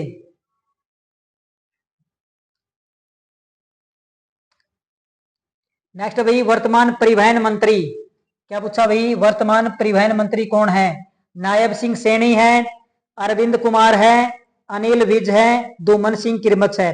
तो हमारे पास क्या भाई, जो वर्तमान परिवहन मंत्री हमारे पास क्या भाई, अनिल विज। और अनिल विज कहां से है, अंबाला कैंट से। ऐसे अनिल विज, ऐसे अंबाला कैंट, क्या भाई, अंबाला कैंट। तो ये कहां से भी, अंबाला कैंट से क्या भाई, अनिल विज हमारे क्या भाई विधायक है, अनिल विज। और परिवहन मंत्री भी है, और साथ में हमारे क्या भी बिजली मंत्री भी है।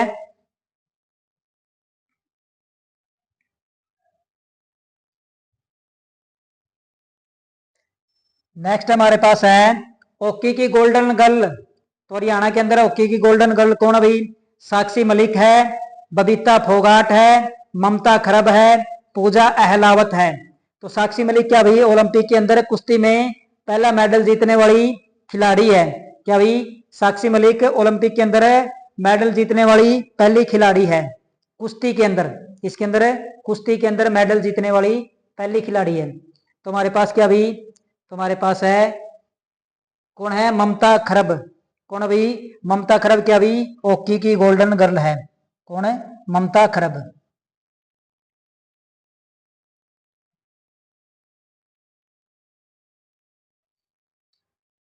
चंडीगढ़ का क्षेत्रफल है, तो चंडीगढ़ का क्षेत्रफल कितना भाई, 145 वर्ग किलोमीटर है, 114 वर्ग किलोमीटर है, 250 वर्ग किलोमीटर है, या इनमें से कोई नहीं। तो चंडीगढ़ की स्थापना 1952 के अंदर हुई थी, पंडित जवाहरलाल नेहरू के नेतृत्व में।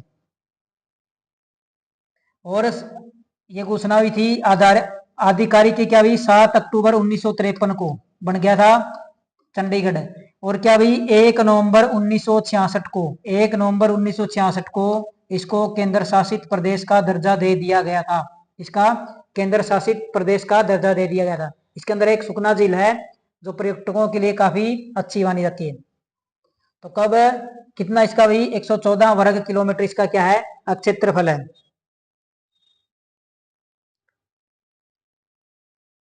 नेक्स्ट अभी, रोहतक आकाशवाणी की स्थापना कब हुई थी, किसकी, रोहतक आकाशवाणी केंद्र की स्थापना कब हुई थी, 1991 में हुई थी, 2002 में हुई थी, 1976 में हुई थी, या इनमें से कोई नहीं। तो हरियाणा के अंदर 3 आकाशवाणी केंद्र है। एक हमारे पास है रोहतक के अंदर है, जिसकी स्थापना 8 मई 1976 को हुई थी। कब हुई थी, 8 मई 1976 को। कब हुई थी, 8 मई 1976। अगर पूरी पूछे तो कितने भी, 8 मई 1976 को। तो ऑप्शन नंबर है सी। और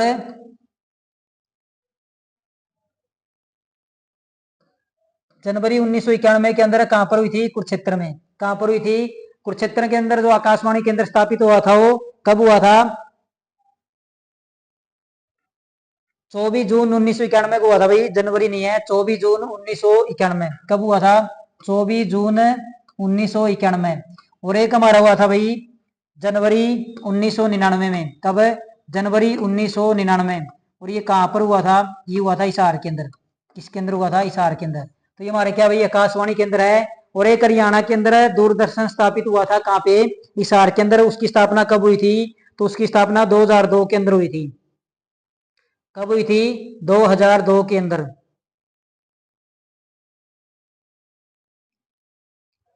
तो दूरदर्शन केंद्र की स्थापना कब हुई थी, 2002 के अंदर। दूरदर्शन की स्थापना कब हुई थी, तो दूरदर्शन की स्थापना 2002 में, कहां पर, हिसार में। ओलंपिक में पहला मेडल जीतने वाली महिला, तो ओलंपिक के अंदर पहला मेडल जीतने वाली महिला साक्षी मलिक है, विनेश फोगाट है, कन्नम मलेश्वरी है, बबीता फोगाट है। तो पहली ओलंपिक में मेडल जीतने वाली कौन है, कन्नम मलेश्वरी है। और किसमें, भारोत्तोलन में। किसके अंदर जीता था, भारोत्तोलन के अंदर इसने इसके 69 kg में कांस्य पदक जीता था। यमुनानगर की है ये बहू। तो कौन थी भाई, कुश्ती के अंदर साक्षी मलिक ने जीता था। नेक्स्ट हमारे पास हरियाणा में एक साथ कितने जिले बने थे। तो हरियाणा में एक साथ कितने जिले बने थे, 4, 3, 6, 8। तो हरियाणा के अंदर एक साथ में 4 जिले बने थे।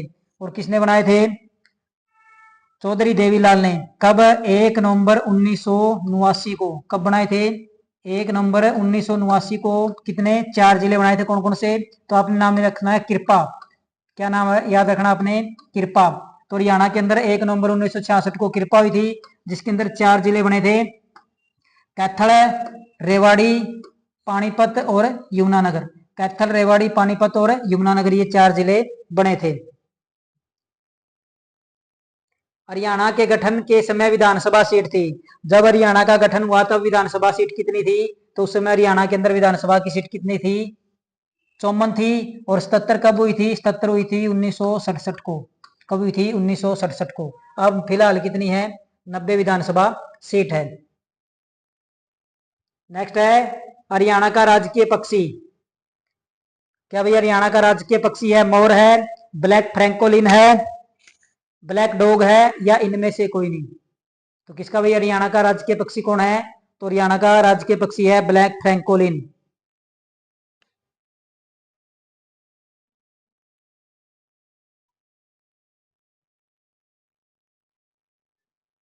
कौन है भाई, हरियाणा का राजकीय पक्षी कौन है, ब्लैक फ्रैंकोलिन है। कौन है, ब्लैक फ्रैंकोलिन।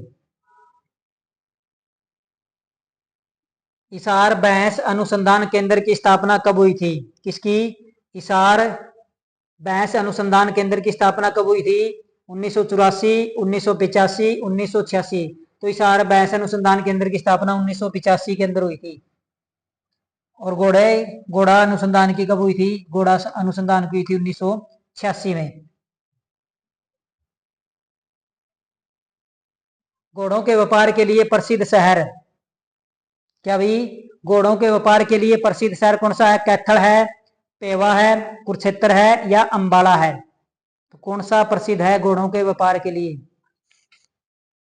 तो घोड़ों के व्यापार के लिए हमारे पास कौन प्रसिद्ध है भाई, पेवा। राजा मिहिर भोज के समय यहाँ पे घोड़ों का व्यापार होता था, राजा मिहिर भोज के समय पे। महाभारत में कितने श्लोक हैं, तो महाभारत में कितने श्लोक हैं, ये ऑप्शन क्या भाई गलत दिए हुए हैं, क्या ऑप्शन ये सारे गलत हैं। तो कितने श्लोक है महाभारत के अंदर, तो 1 लाख। कितने श्लोक हैं, 1 लाख श्लोक हैं। कितने हैं, 1 लाख श्लोक हैं। यहाँ से 18 हमारे पास क्या भाई अध्याय है, क्या 18 अध्याय है। श्लोक कितने, लगभग 1 लाख श्लोक है। नेक्स्ट भाई हमारे पास हरियाणा में कितनी बार राष्ट्रपति शासन लागू हुआ है, 5 बार, 8 बार, 1 बार, 3 बार। तो हरियाणा के अंदर 3 बार राष्ट्रपति शासन लागू हुआ, 1967, 1977 और 1991। कब कब लागू हुआ, 1967, 1977 और 1991 के अंदर हरियाणा में राष्ट्रपति शासन लागू हुआ है।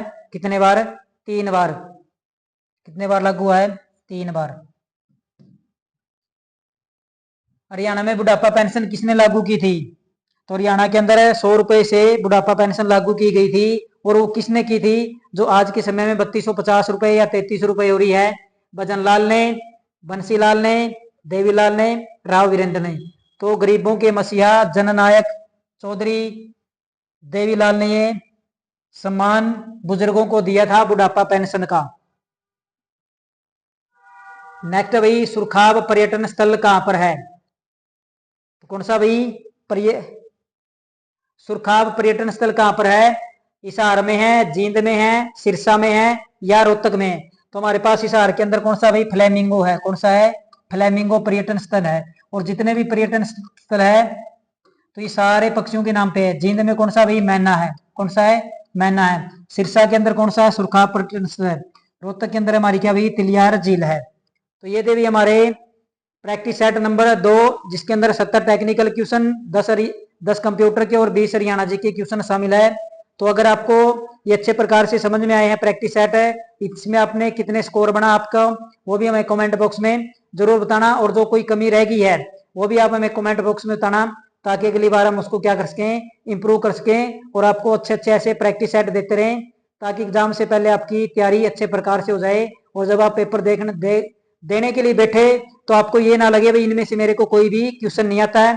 तो अपने जी जान लगा के मेहनत करनी है, ताकि इस बार आपका सिलेक्शन किसी एक पोस्ट के ऊपर जरूर हो जाए। अगर आपको अच्छे प्रकार से ये क्लासेस समझ में आई है तो आप हमारे चैनल को अपने साथियों के साथ शेयर करना, उनसे सब्सक्राइब करना और लाइक करना और हमारे साथ जुड़े रहना। धन्यवाद।